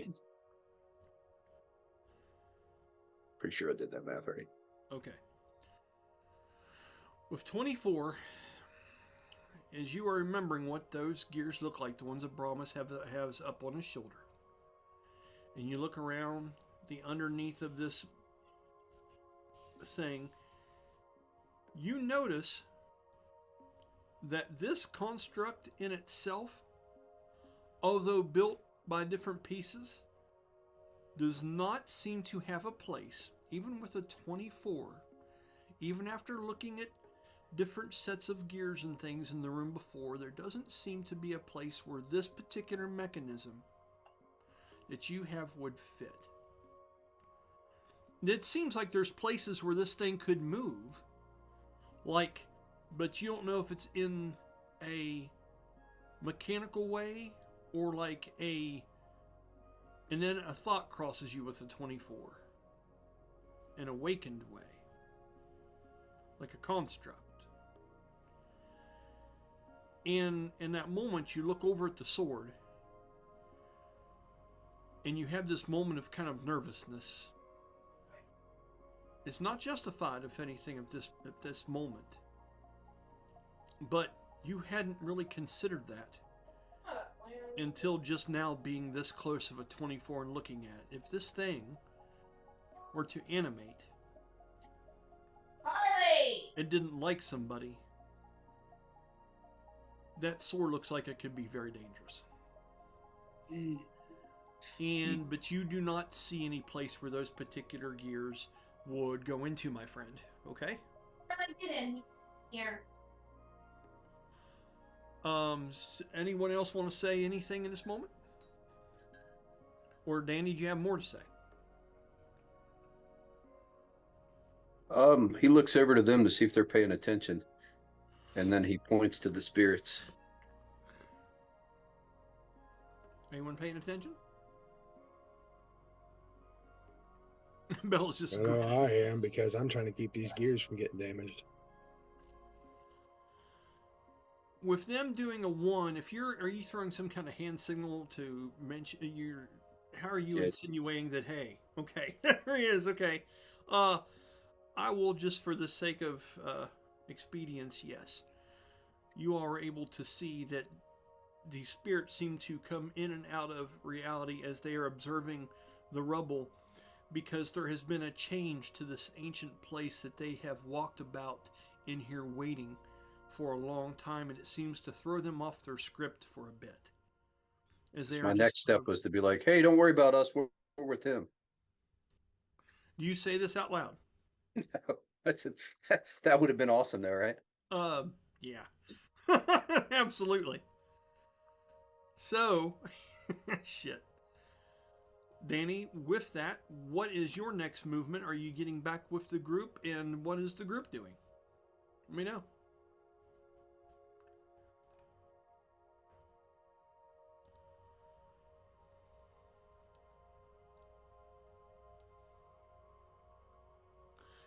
Listen now. Don't everyone just jump on there at once. It's okay to give someone else a turn every once in a while. I know everyone likes to talk an awful lot, but just in case there was anything you wanted to do, you would. This is when you would tell me. Did Kiltusk make at any point acknowledge that they were over there? I haven't heard him do anything yet, Jeremy. That's a good point. I think he would, just in case anybody wasn't paying attention to Bast.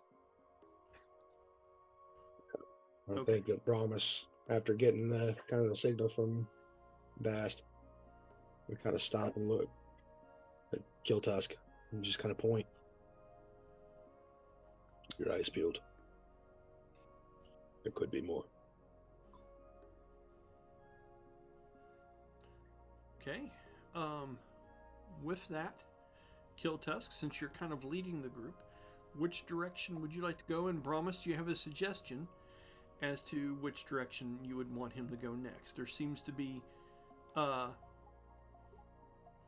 two different places that open up before you that would be options to go, as you've not found any other passageways to go forward other than these two options up here in the top corner. But you can also go back and revisit that room if you want to take those gears back there, but someone needs to make the decision as to where the group's going before I can move you all. Like, how long are they standing there? Just watching these spirits. Like, are we? Because Bast is kind of in a position to strike if we're fighting them, but obviously I can't be like, hey. So if we're gonna sneak attack, I would think that Mirk would have shook his head just Okay. as he just kind of leave them be. Well, Kiltusk would also throw out to Mark, if you want to go that way, I can lead you. Okay. The channel wasn't that deep, was it? This water here, Yeah. like 3 foot maximum in different elevations of it. No, it wouldn't. The highest it got to was your waist at a certain point.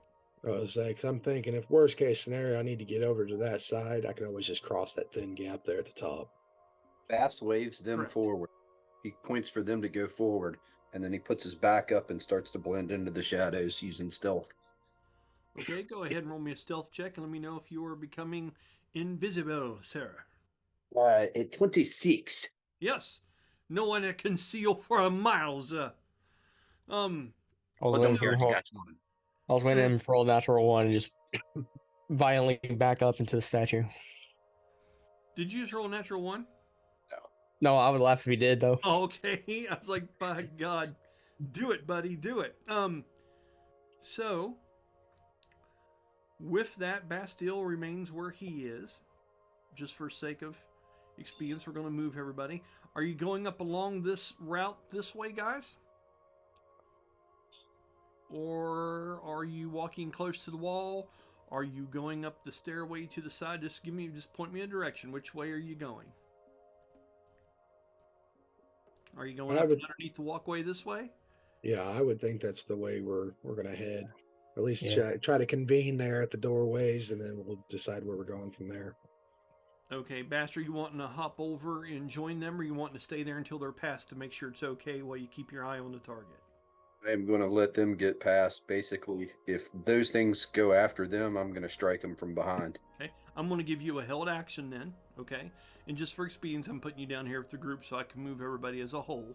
But you are here in the shadows behind this statue with partial cover. I'll give you half cover underneath a leg, watching these things, getting ready to strike. And give me an idea what your strike's going to be entailed. Are you going to throw a spell? Or are you going to teleport over with your step ability and strike?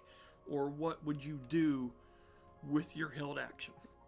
Most likely it'd be, depending on the range. If they're close, he would jump.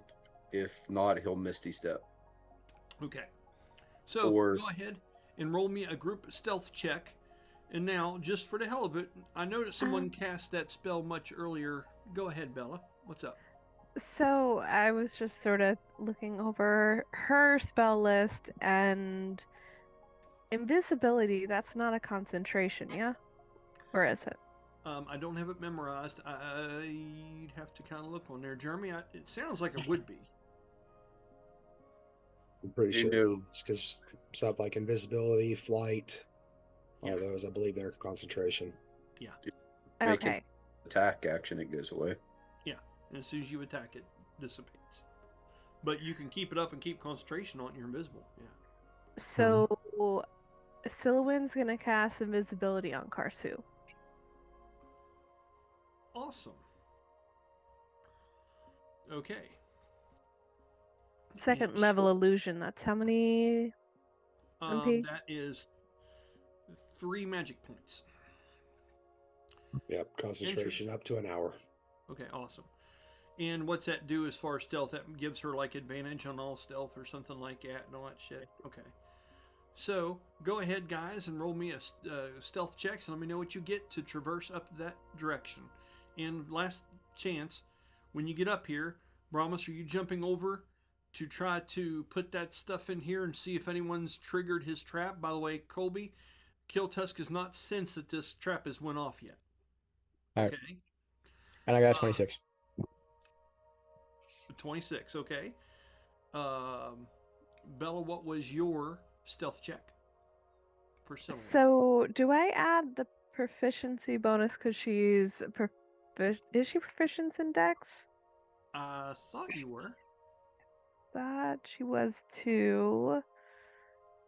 I'm not entirely sure though. So that's either a 13 with just the plain Dex and no proficiency bonus. I'm pretty sure she's proficient. Yeah, So is that a 17? Oh, you have a 4 now. That's right. Yeah, 17. Okay. I'm going to roll for Karsu real quick with advantage. 25. 17 and 8. Yeah, okay. Jeremy, what'd you get, bud? 16. Really good. Overall, you guys don't have any kind of problems as you go through and go this direction. Okay. So, as the group stealthily moves northward, back up to the left side of the doorway,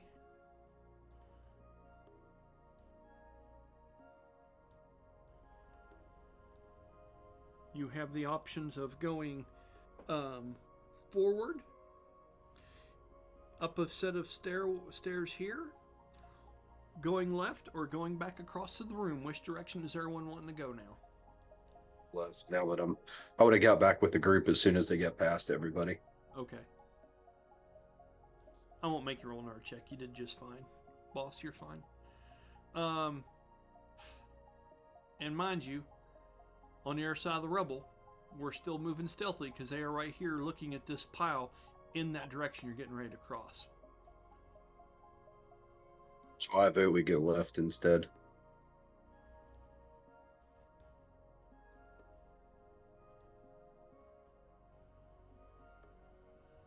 Mirk, what are you saying?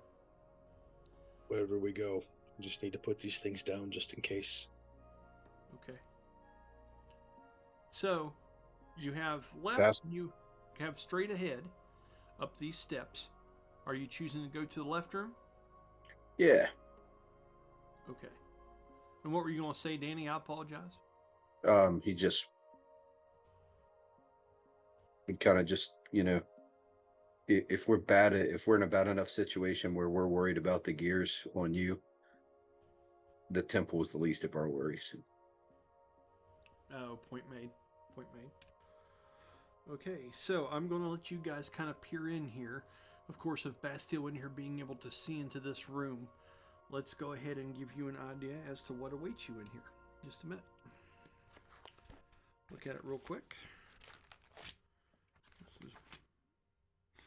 Dun, dun, dun, dun, dun, dun, dun, dun, dun.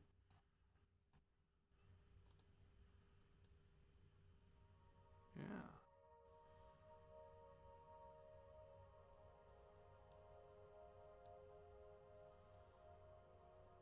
Okay. I'll let you guys decide. Bast, you've read a few. Do you want to give this one to Kill Tusk, or do you want to read it? Go ahead. Okay, just a minute. I'll bring up the text. And when I get it centered, Colby, it'll be your turn to read what this room has to tell us. Okay? Yeah. And I'll get it centered here, and I'll tell you when you're ready to rock and roll, sir. Just a minute. Okay, go ahead, sir. A small room with a pool of still water comes into view. A heavy stone door guarded by two Atlati totems blocks the northern passage. The pair of shrine-like pillars hold piles of sand within their cupped hands as their mortal gaze looks to the ceiling above. Their mouths gaped with a look of internal yearning. Everybody got that? So these statues look a little bit different than the other ones do, as their hands are cupped holding sand, heads open, eyes closed, eyelids, and mouths open. Let's give them a drink. With a door between them. Okay? Using that half vase of purified water, I'm going to give them a drink. Okay. Was there a passage below us? There seems to be. You have those two there. And as you walk over, there's a shallow pool of water here. And then there is also a passageway that goes to the south from this room. I'll just head south then first. Okay. Just probably open the door. As Bastille moves forward, is anyone else saying anything as they walk into this corridor? And tell me the fashion of which you walk into this room, guys, please. Bast is going to get ahead and go real quiet. Okay. Is anyone Kiltus Go ahead. is gonna go with him, knowing that he has the poncho for the spirits. Panacho, that's cool. Okay. Yep. So, Bastille, you're going down this way first, south. Kiltusk is going with you to ward off spirits because nothing seems to have jumped out at you guys from this room, correct?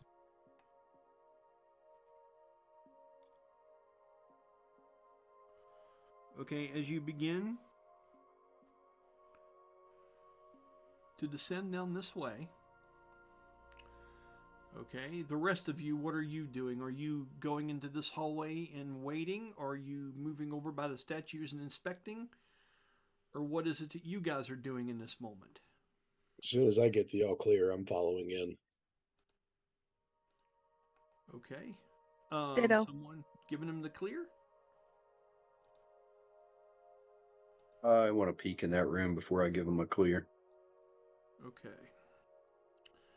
So they're waiting a bit long on it because they're obviously trying to map it out to make sure everybody's okay, Jeremy. So they haven't given you an all clear yet as you're kind of eagerly awaiting that. Settlement, is there anything you want to add to this before I move forward? No, her concentration remains on Karsu until it's clear, and she's hanging back with Promise until it's clear. Okay, so you three will be there together in a cluster. Okay? So, as you're walking this way, just focus on these folks because I kind of move them all together, okay? As you walk this direction, give me an idea. Roll me a perception check, Bastille. Natural 20. So shame to waste it on a perception check. Because I got a feeling I'm going to see something nasty. Well, a natural 20. Wow. Wow. As you're walking along, and you remember Brahma stepping on that water earlier, and it was kind of hard to detect, and you were afraid of people giving ripples off in the distance. And as you're looking and scanning around this room, knowing that they're back there waiting behind you to see what's going on in this room, As you scan across everything here, something catches your eye that doesn't look quite right with a natural 20. As you look at the water, upon closer inspection, there seems to be something hidden just down beneath the surface on the far left side.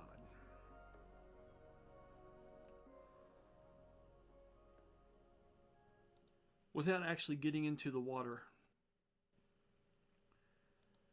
it would appear, as the water moves back and forth over top of it, that there might be some kind of descending stairway in the water to the left. Although you don't know where exactly it would lead to, there seems to definitely be something there. Now that you're this close right up beside it, you can see it beneath the surface. And this slowly ramps down. These stairs start here at about 3 foot and go down about 1.5 feet with each step and get deeper and deeper as it goes into darkness underneath of the floor. Can you see them there now that I've pointed out? And you would see, Kiltusk, you would see Bastille kind of stop in his tracks and look at that. I mean, natural 20, I can't help it. What are you guys doing? Complete side note, I'm always amused with the natural 20 perceptions because immediately what comes to mind is like, you know, I could smell colors, I could see sound. Right? I can taste intentions. Pretty much. I get it, man. Oh, we're gonna look south. I mean, those statues are looking up. Is there anything on the ceiling? There is not.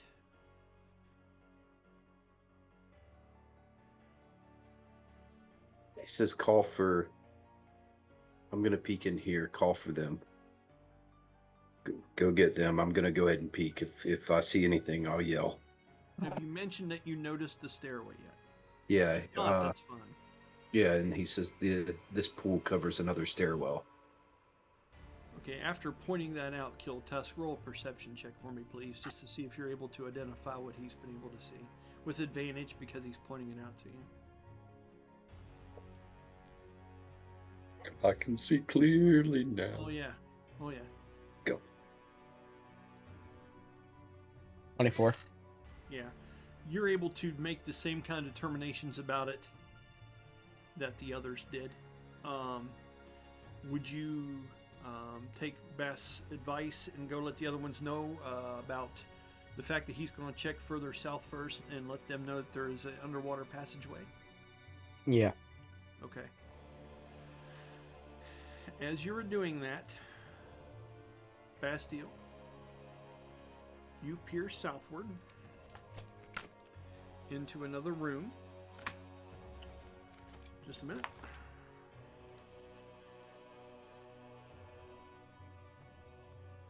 Okay, that's really cool. I will let you read T15 as I bring light to this room for you. Just 1 minute here, make sure I got the right one in. Okay. Let's get this up here real quick.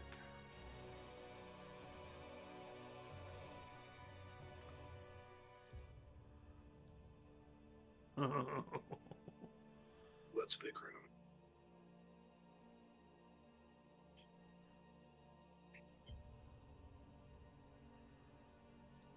A pretty large room opens up. I'm going to let you read T15, story 15, this minute. When I get it centered, you may read and I'll let you know when that happens. Give it just a second here, boss.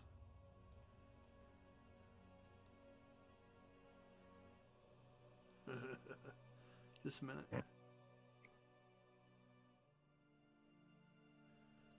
Go ahead, Danny. 4 large Seraphim statue-like statues stand within a series of dried-up fountains, holding spears much like the natives of these lands. In the center of the formation is a massive slab of ivory, white stone in which the image of the legendary Taracheua has been masterfully carved. Upon closer inspection, these stone sentinels seem to be some sort of ancient constructs Each one appears to have several components missing from their bodies, as they are currently non-operational. And there's the Kratos voice for you. Very nice, buddy. We got to pay him extra for that, guys. Danny's an overtime with that. Thanks, bud. You know, it was so great that we're gonna double your pay of $0. I mean, Great. right? Something's got to give. Sucks. Quite proud of this room, by the way, everyone. The payment in black, silver, and mead. You can see the Taracheua carved into the marble-like stone in front of him as he described. You can't see it? I'm just saying that's a no-go. We're not fighting. No go. That's no go. And these sentinels are here. They seem to be Seraphim. It's like, that's a Taracheua. That's a nope.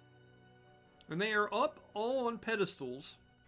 They seem to have some kind of holes beneath them, with the spears that are pulled out of said holes. Okay? What you doing? what you doing? Oh, Brahmas. I mean, just trot right up there. Just trot up there. Do you say Obramus? Well, Yeah. I'll go up to him. But first things first, I'm putting the gears down. Okay, where would you like to sit the gears, sir? I'm going to put them next to that right statue. Over here? Yes. That way I know where they are. They ain't moving. Okay. If the statue comes alive and tries to break them, I'm breaking it. Oh, by the way, there's your close-up so you can see that. These actually do look a little different. The eyes are closed. The mouth is open. Tongue's extended. Bowl of sand in front of them. Because I do good work, sir. Because I do good work. Sure. Make a note that is where you placed said gears. Okay? Because I do not have Right, a thirsty gear graphic statue. ready. Brahmas, as you head down here, guys, have a conversation. Silouan and Karsu. Silouan, what are you thinking? I think she's probably joining everybody as they wander in, and I think it's sort of safe enough that we've decided that she could probably drop the. You know, maybe she'll leave it up just in case, the invisibility, and just kind of wander in with everybody. Okay. With that, when Karsu comes in, she naturally is drawn to go over and start looking at these ancient statues. And she spends some time kind of looking at them, not touching them, but just kind of giving them a once-over examination as she stands over here by the actual statues. And is kind of going over and looking at this door that seems to be sealed as she stands in the shadow of one. Okay? Now, somebody needs to tell Brahmas that it's Karsu over there so he doesn't kill her because he doesn't see her. Okay, yeah, I'm gonna drop the invisibility actually. Right on. Yeah, that could be some shit. Spirits! and we lost D&D. Okay. So as you do drop this in this moment, she doesn't even pause. She just goes over and she's really taken by these statues and she's examining them and examining the door as this happens. Brahmas, you go up there and you're beside Bastille, and I will say the group is now standing in this doorway looking into... Let's go in there. What's the worst it can do? All four of them can't fit through the door if we run. Okay. And are we saying this in whispered voices? Are we just shouting this shit? Are we trotting? Talk We're to me gonna about- be let's- quiet. And I've just I got don't the know, map I don't up know. here for a nice visual, but just talk to me about what you guys are doing in here and I'll answer questions for you. I'm probably going to look them over. Is there any place to hang the medallions that we have? Is there any holes for gears? You know, Okay. Which one would you like to examine first, Danny? I guess one closest to me. Well, when you walk in the door, I'm not trying to be a pain in the ass. They're literally exactly parallel. You can go All this right. way or you can go this way. That one. This one here. Yep. Okay. As you go over to the stairway in the shadow of this great thing, and you're walking up to it and you are looking, go ahead and roll me an investigation check. Are you moving stealthily, by the way, in this moment, or are you just kind of trotting? I mean, he's with his bonuses, he's naturally stealthy, but he's not like trying to sneak. He's just Okay. not being loud. You don't feel like there is a spirit, you know what I mean? Nothing is alarming you, although the look of the Taracheua, and this being the first time that you've really seen this thing represented in their culture, is a bit unnerving. You know, we've heard talk of it, and you've heard Rursi, the Makati cleric, talk a little bit about this stuff. Or she has a Makati bloodline. She's actually an Atlati warrior. But this is the first time you've actually seen the image of this damn thing. And it looks terrifying. It's like if you took a dinosaur and mixed it with a nightmare. So whatever these Volaton people, this legends that we've been hearing about, if this is what they broke loose from the earth, God help everybody, right? No wonder this place is broke apart and laying in ruins right now. So just kind of keep that in perspective and in your mind as you see this. Okay, Danny, what was your investigation roll, bud? You are muted. 17 with bonuses. 17 with bonuses. You are looking at this statue, and with the 17 with bonuses, it does appear that there is a place into the back of this creature where that grouping of gears that he had from the other room, from the purified acid, could possibly fit into this, in this construct, into this device, into this Seraphim replica, whatever you want to call it. There's a chance. Now, what's interesting, although positioned differently, from where you're at and looking, these all kind of look similar, Danny. What time are we waking up? So with that particular roll of being high enough to figure out, yeah, there's a space in here,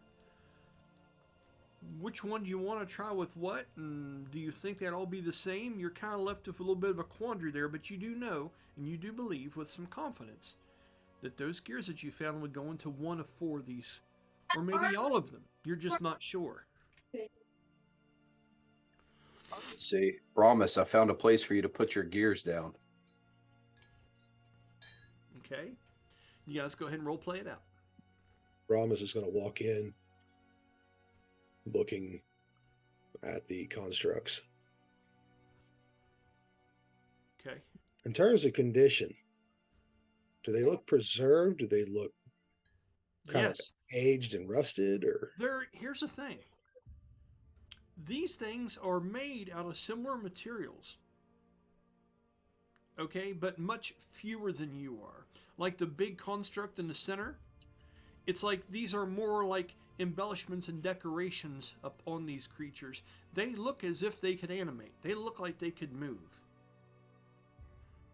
But they are not as detailed as you are. Like limited function. To answer more than that, I'm going to have you roll some kind of check. And depending on what Silouan and Kiltusk are saying, you might do it with advantage if someone is helping you with this. It just depends on what everyone else is doing. I'm just going to go off of kind of first look. Okay? But that's Hey. what you get on your first look. They look as if they could be sentries. Not living, breathing battlements as I am. Right. I think they're just a key mechanism. We fix them and they put their spears in the holes. It's possible. As far as I can tell, is only the one missing gears, or Are both of them with the backs turned? That's going to take investigation. Okay. I'll do a quick look between the two of them. Okay.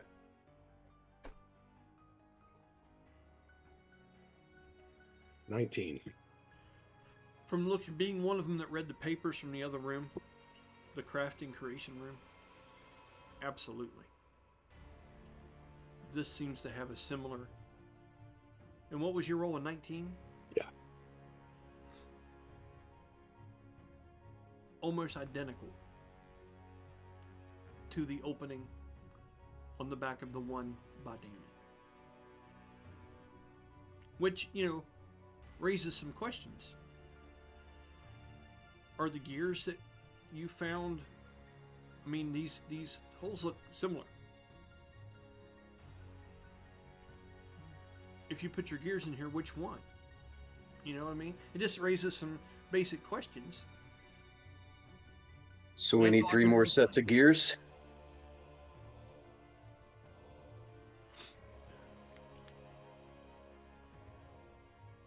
We have the one. Kill Tusk. Do you recall seeing enough gears to make 3 more sets similar to what I've carried here? Kill test, Alright. just roll me a basic history. With advantage. Mhm. I didn't hear you. What'd you get, bud? 17. I was trying to remember the first roll, Royce, because I rolled, and then when you said advantage roll, I got a quick glance of it, and I'm pretty sure I remembered what it was because the second roll was in that one. So I'm glad you said. So- right, I get it. Yeah, your mind was automatic like, I block it out. I block it. You don't know from what you saw in the room before that there was enough to make enough to fill all these. But you believe with what was in that other room, although crude, you and Brahmas might be able to, both of you together, might be able to create enough of these to do one of these. Make a note of that. So if you're, if there are more gears here, if there are destroyed gears here, if you accidentally break a pair, if there's the ones you have now break and don't work, or you try to force them or something goes on, you believe with what was laying in the other shop, you could muster up and build another pair of these now that you have a pair to look at and go off of. You Interesting communicate. stuff you definitely need to write down. You communicate that back to Brahmas. Yeah. And so Kiltas would say to Brahmas, I remember that we could make one set with what we have now and what is in the other room. But unless we find more, all we can do is make one. How long would it take you to make it? Because we don't have a bunch of time. So if that's the case, you two need to work on that. And Silwyn and I will kill everything in our way, and we'll get the rest of the gears. Right? Unless we could take the set we have, operate the mechanism, and then remove it again. I don't know if that will lock it in place or not. Well, that would be you two in the diagrams, because I can read the words, but just because you can understand a language doesn't mean you know what they're talking about. Valid. Should I do a history or arcana check? Would that help out at all?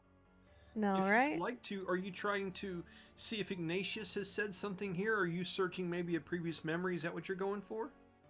I think maybe something related to Ignatius, if there was ever any books on the Seraphim or kind of things that may allude to a mechanism or something. Roll me a history check, please. The DCs are high, but you can roll me one. I don't even need to add the. In disregard, she knows nothing. You know what's great? You are a good-hearted, awesome player because you smile just as big on bad rolls as you do on the good ones. And listen, I appreciate you, Bella. Through the ups and downs of your D&D career, we're here with you, man. So as you're I going think we through- should all go in and get Bella dice for Christmas. Is that what it is? I have dice. I just have bad luck. Dude, that one They're dice. bad dice. Yeah. Because I know that, like, I have a purple dice that I never use because every time I use the purple dice, well, that time I'm wrong. But this is true. In this moment, just thinking through, and I'm just curious, what was the total of your roll, just so I can use it. So I didn't add any modifiers because it was a 2. Okay, thank Yeah. you. No, that tells me things, like how far you stumble over the shoelace. That tells me. Yeah, well, it's the equivalent, I guess, of she's trying to think, but maybe if I want to justify it in the game world, Yeah. like Ignatius probably had books on the Seraphim and different stuff like that, but this is sort of like an offshoot of that because it's on the Atlati continent, it's separate, so likely the books and stuff here is a tangent from what he has because Yeah. this is like, almost like a separate history of it to a degree. Yeah. So it's the equivalent of when she walked into the one room was like, yes, these are bones, and that's like this is I the know. Yeah. same deal. And and also, and then I'll get off of it, but it's also poignant that you were really enjoyed the adventure and the mystery and the ancient knowledge part of what Ignatius was getting into. When he would have got into the depicting part of how the pieces worked and the ancient Mechon and things like that, you would have been like, you would have been more about the story rather than the mechanics. And so that too makes perfect sense. As Silouan is pondering these things, and Kiltusk, you're trying to decipher how long you think it might take to put together a set of gears like this. I will have you do a...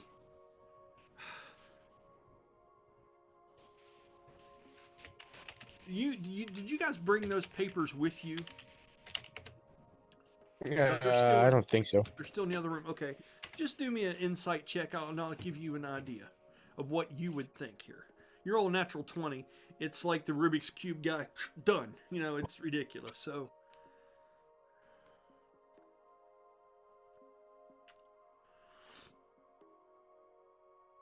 Excuse me.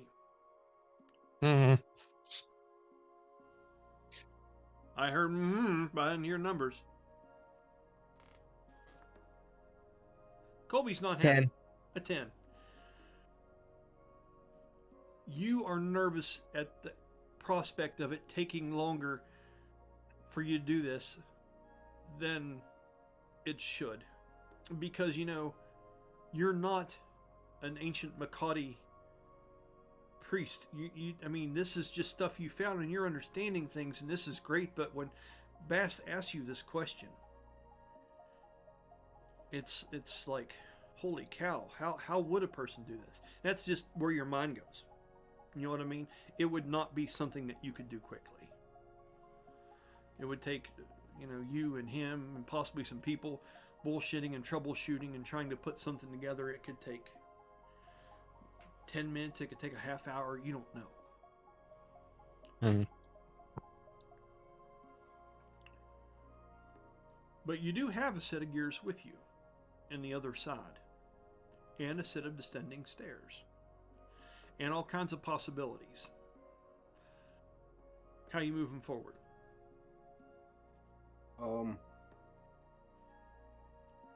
Let's see if we can get these statues to open the stairs.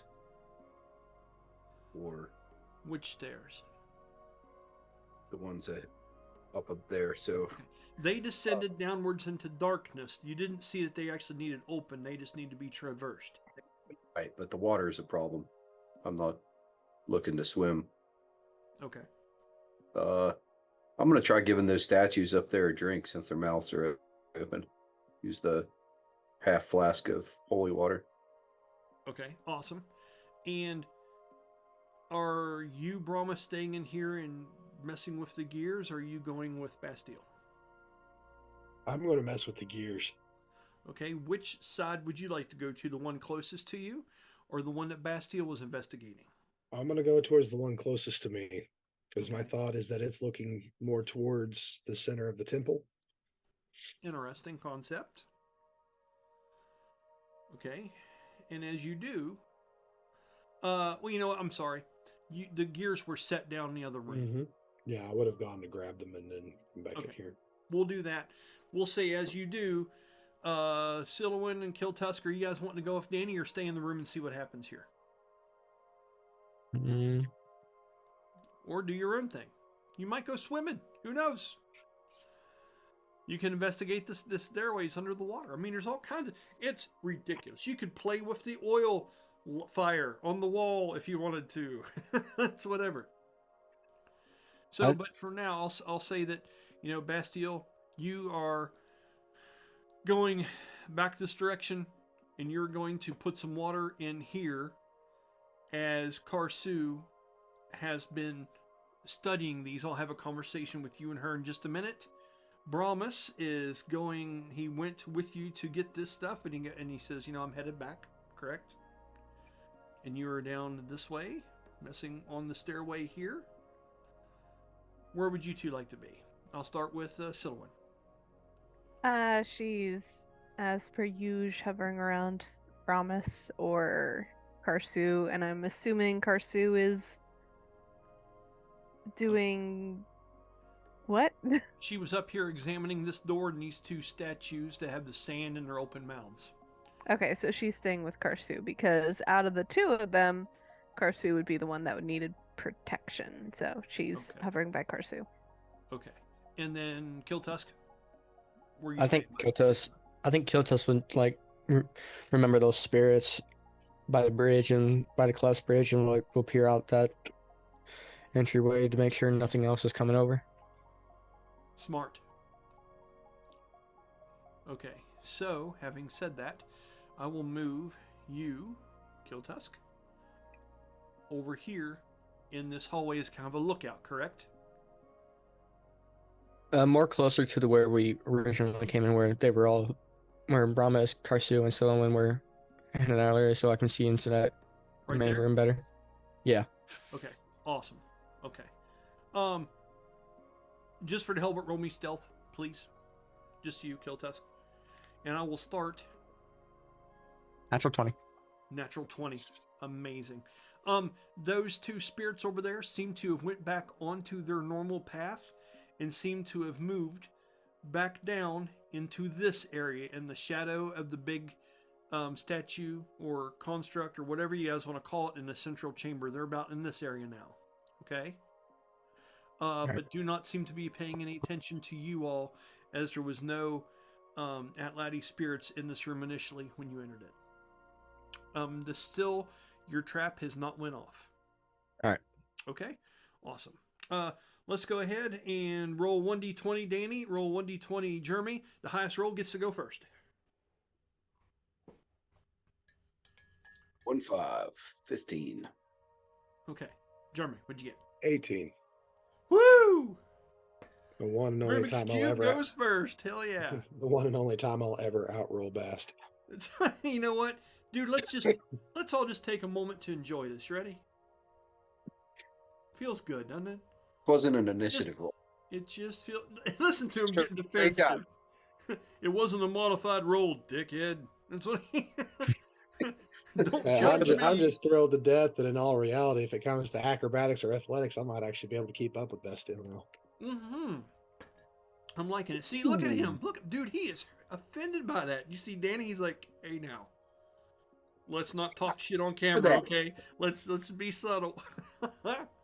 That's fun, man. All right, so tell me what you're doing. Paint me a picture for me here, Jeremy. Tell me what you're making Brahmas do, and I will tell you what you need to roll and what's going on, bud.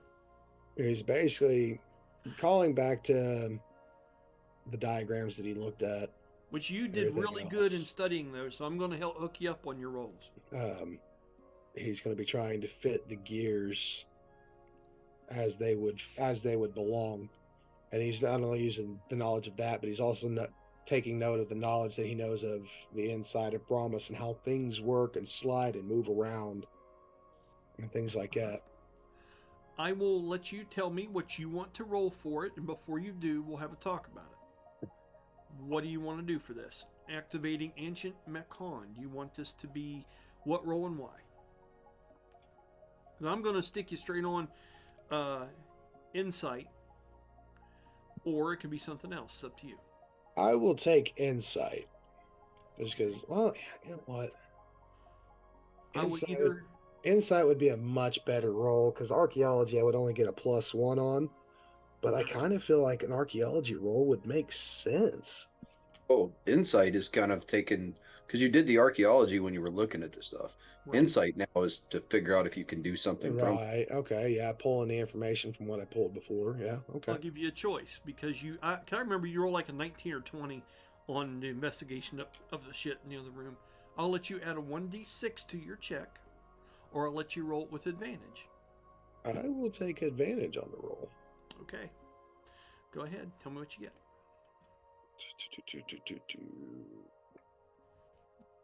26. Yeah. That was a good decision. Yeah. It was a 12 and a 19. As you do, these gears go in here easily. They slide right into place, into the back cavity of this thing. And as they do, there is never a point where you're pushing this and you're afraid you're pushing it too hard or it's not going to work out. It is amazing. It is like you are putting together the fundamental spine of this thing when you push this piece inside there. And when it locks into place, and it makes a very similar sound to what the walls did, when the gears and things came together in the lower chamber below the spiral staircase. Okay? All of a sudden you hear a chiming and a ticking and a Mekon activation go on inside of this entire construct. Okay? It seems as if when you pushed that grouping of gears in, it activated something. And as it does, its arms begin to move as a dull white light begins to shine out of the visor of this thing. Okay? In some kind of ancient language, it speaks out something very softly, as if the dead whisper of a corpse whispering out into the thing. You cannot decipher what the language is, but some word comes out of a motionless face, out from underneath of the large metal and decorative pieces of the face mask of this thing. And as those words wash out and that light seems to glow and emanate and pulse, the arms firmly go up, come over the hole, and wham! And they stab down inside of that hole into the middle of the floor there in front of it. Now, you'll notice that these things stand in almost fountain-looking things, very similar to the one before that had some kind of that acidic water in it. Okay? So when you do stab into this, it turns. It pulls up the spear and goes set over to its original place, and then the light dims out and it goes right back to the position it was before. As the gears stop turning and the thing goes quiet, but then you hear something in through the floors, almost like that ductwork, almost like that water that you heard rushing from the main gates, from the above the ceilings. There seems to be some kind of water pressure system built into the ancient stone reservoirs deep beneath these walls and floor, right? And then let me make sure that I'm doing this right. So I'm going to be that guy. What's that? What did it say? Tell me how you would know that. Well, I'm not looking to know the translation. I want to know what it said so I could find a translation for it later. Okay. What can you roll for memorization? What do you think that should be? What is it? Intelligence to learn and wisdom to recall? Yep. So I think it'd be religion, nature. I'll let you do religion. I can do that. 22. Fornith Tokwakwa. That's what it said. You got it? You're going to have to repeat it in a minute, so I hope you do. And then I have a graphic for you here, sir.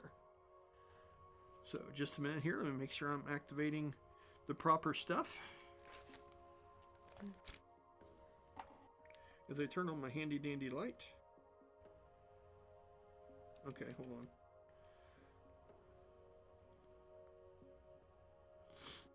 Oh, that's interesting. Okay.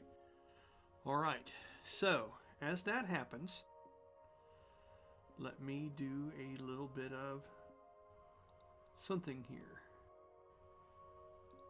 Make sure I'm doing this right.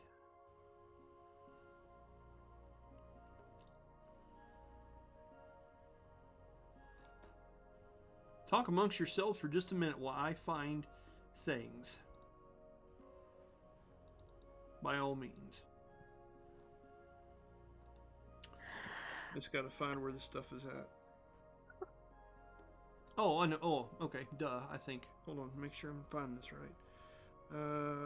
Beneath. Okay, files for these objects can be found under Seraphim. On a side note, that Rosetta Stone that I was telling you about, I Yes. just got all of my spells transcribed into the Rosetta Stone. So now I actually have verbal components. Hell yeah, dude. Just so for your graphic, here's what that looks like, guys. Is that working right? Nope, just a minute. Let me find it here real quick. Oh, here we go.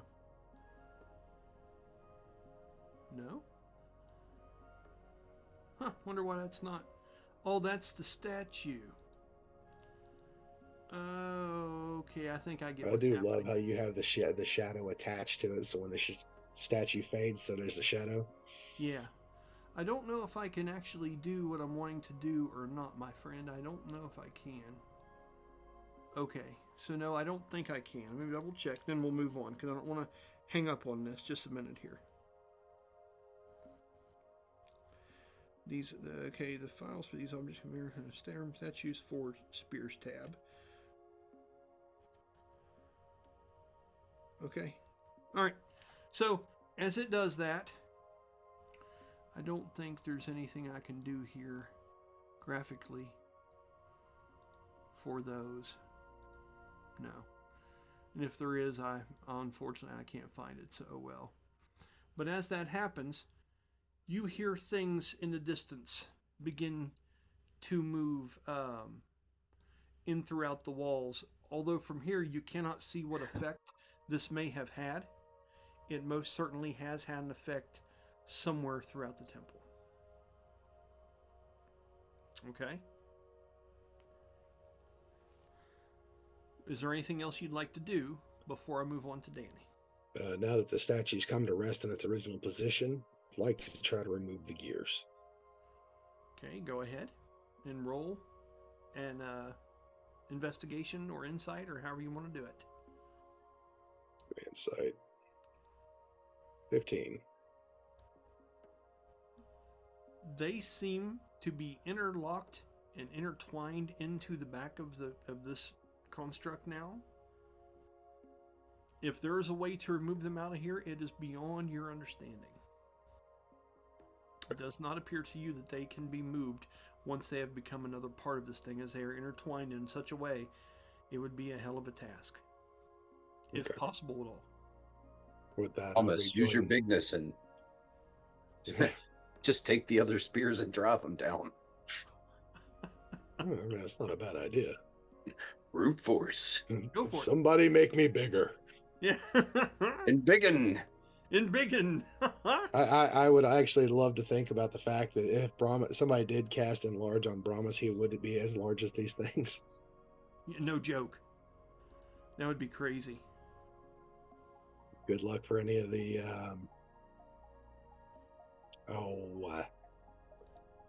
the lizard people.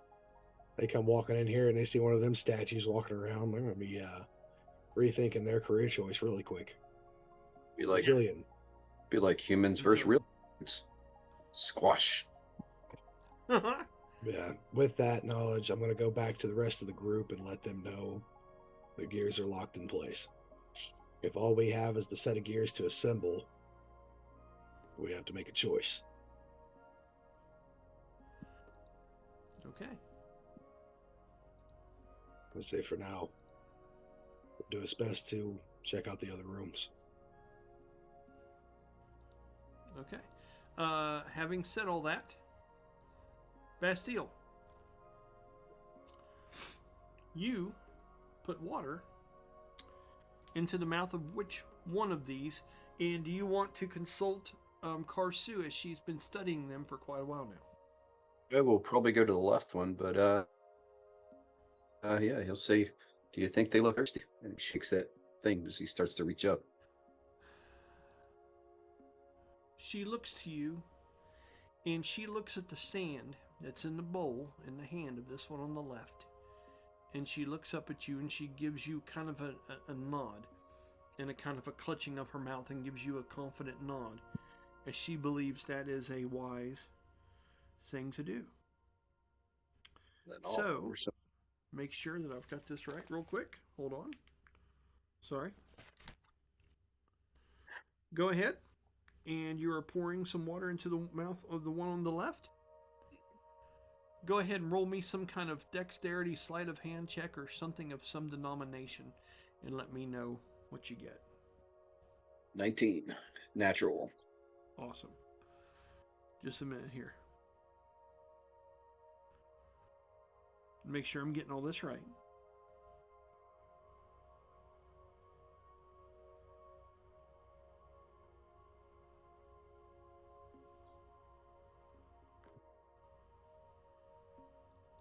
Okay.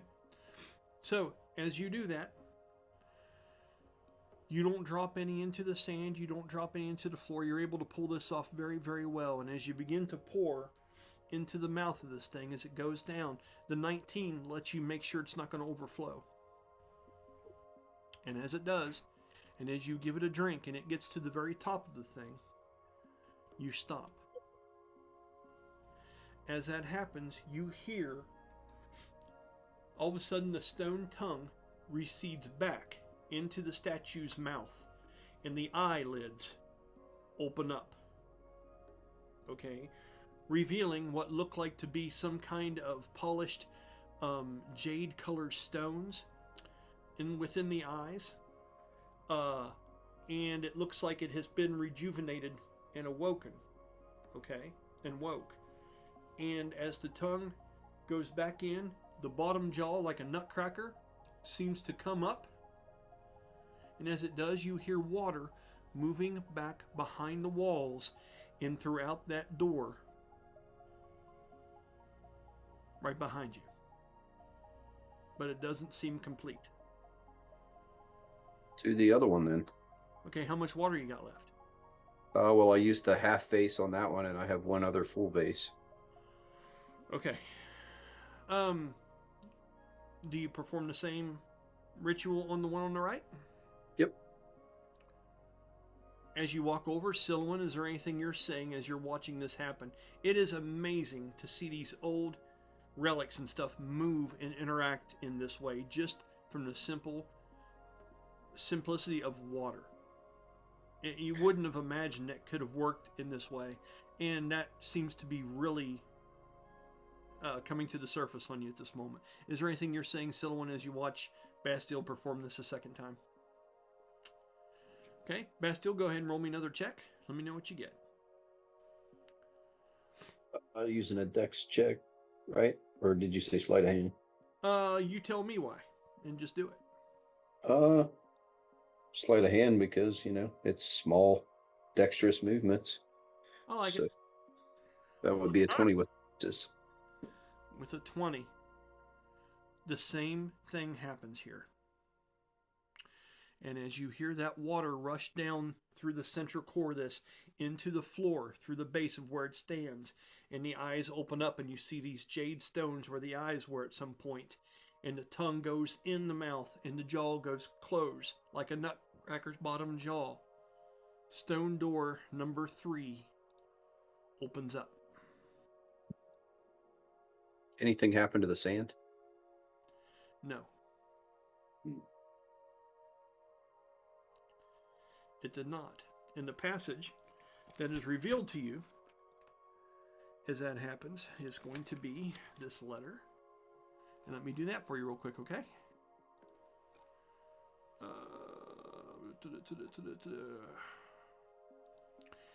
And you guys are facing...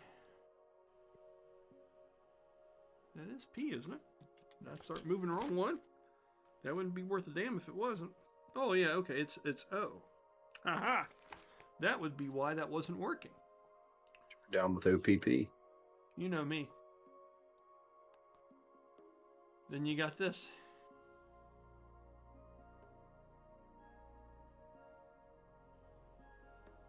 As in, when you peer up that direction,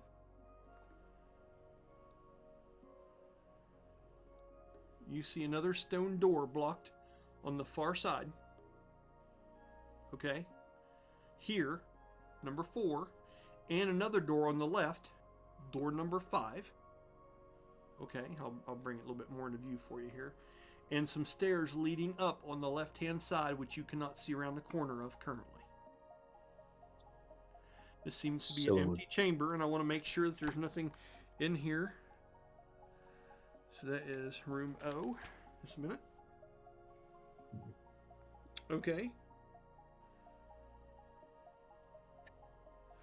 Let me make sure and see where this is real quick. There's things. I have to do things in a certain order, guys. I apologize. Okay, yeah. Yeah, From your angle right now, you can't see anything. At this point, Bast is thinking about how the page in his book, the letters burned off of it, and what's going on outside, and he's getting very anxious. Yeah, I bet.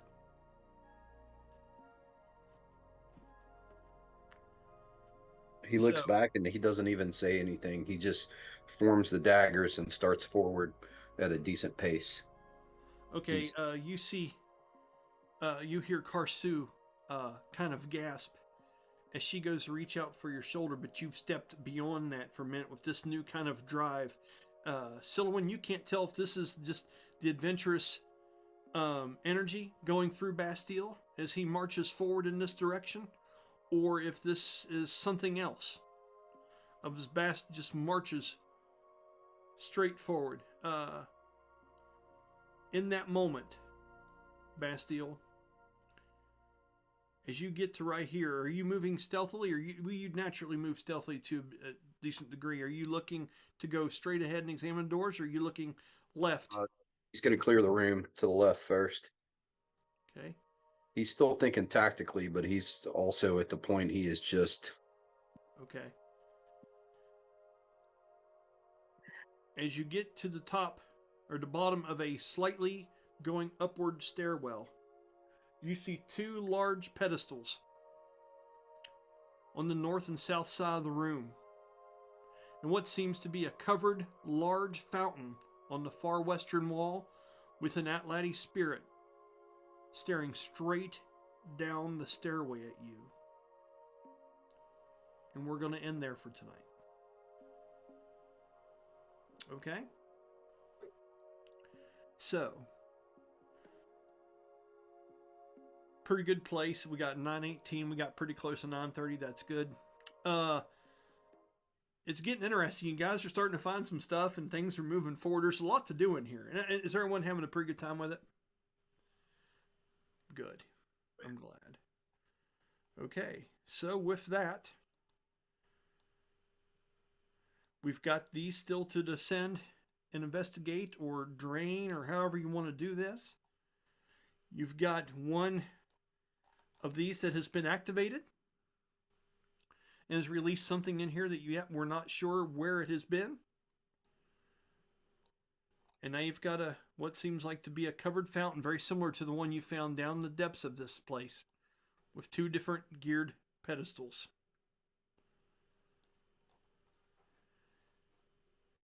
He's back.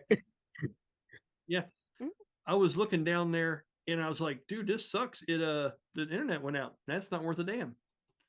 So that's going to make a really fun editing thing. What's the last thing you guys heard me say? You Not a were room, I think. beginning to be like, yeah, laying out the what's in the room, I think. Okay. Well, anyway, with all that being said, what a mess. I look down and I'm like, no internet. How? With that, we'll just go ahead and end this shit show right now before it gets worse. Let me go ahead and go over here and get ready to stop recording on these. As always, thanks for hanging out with us this afternoon. Like I say, I'll shut this off. We'll bullshit for 2-3 minutes and get out of here because we got a big day tomorrow, all of us. Once again, thanks a lot, guys. I'm Brian Kynes, joined with the rest of us. We'd like to thank you all for watching the video, and we appreciate you. And until next time, see you then.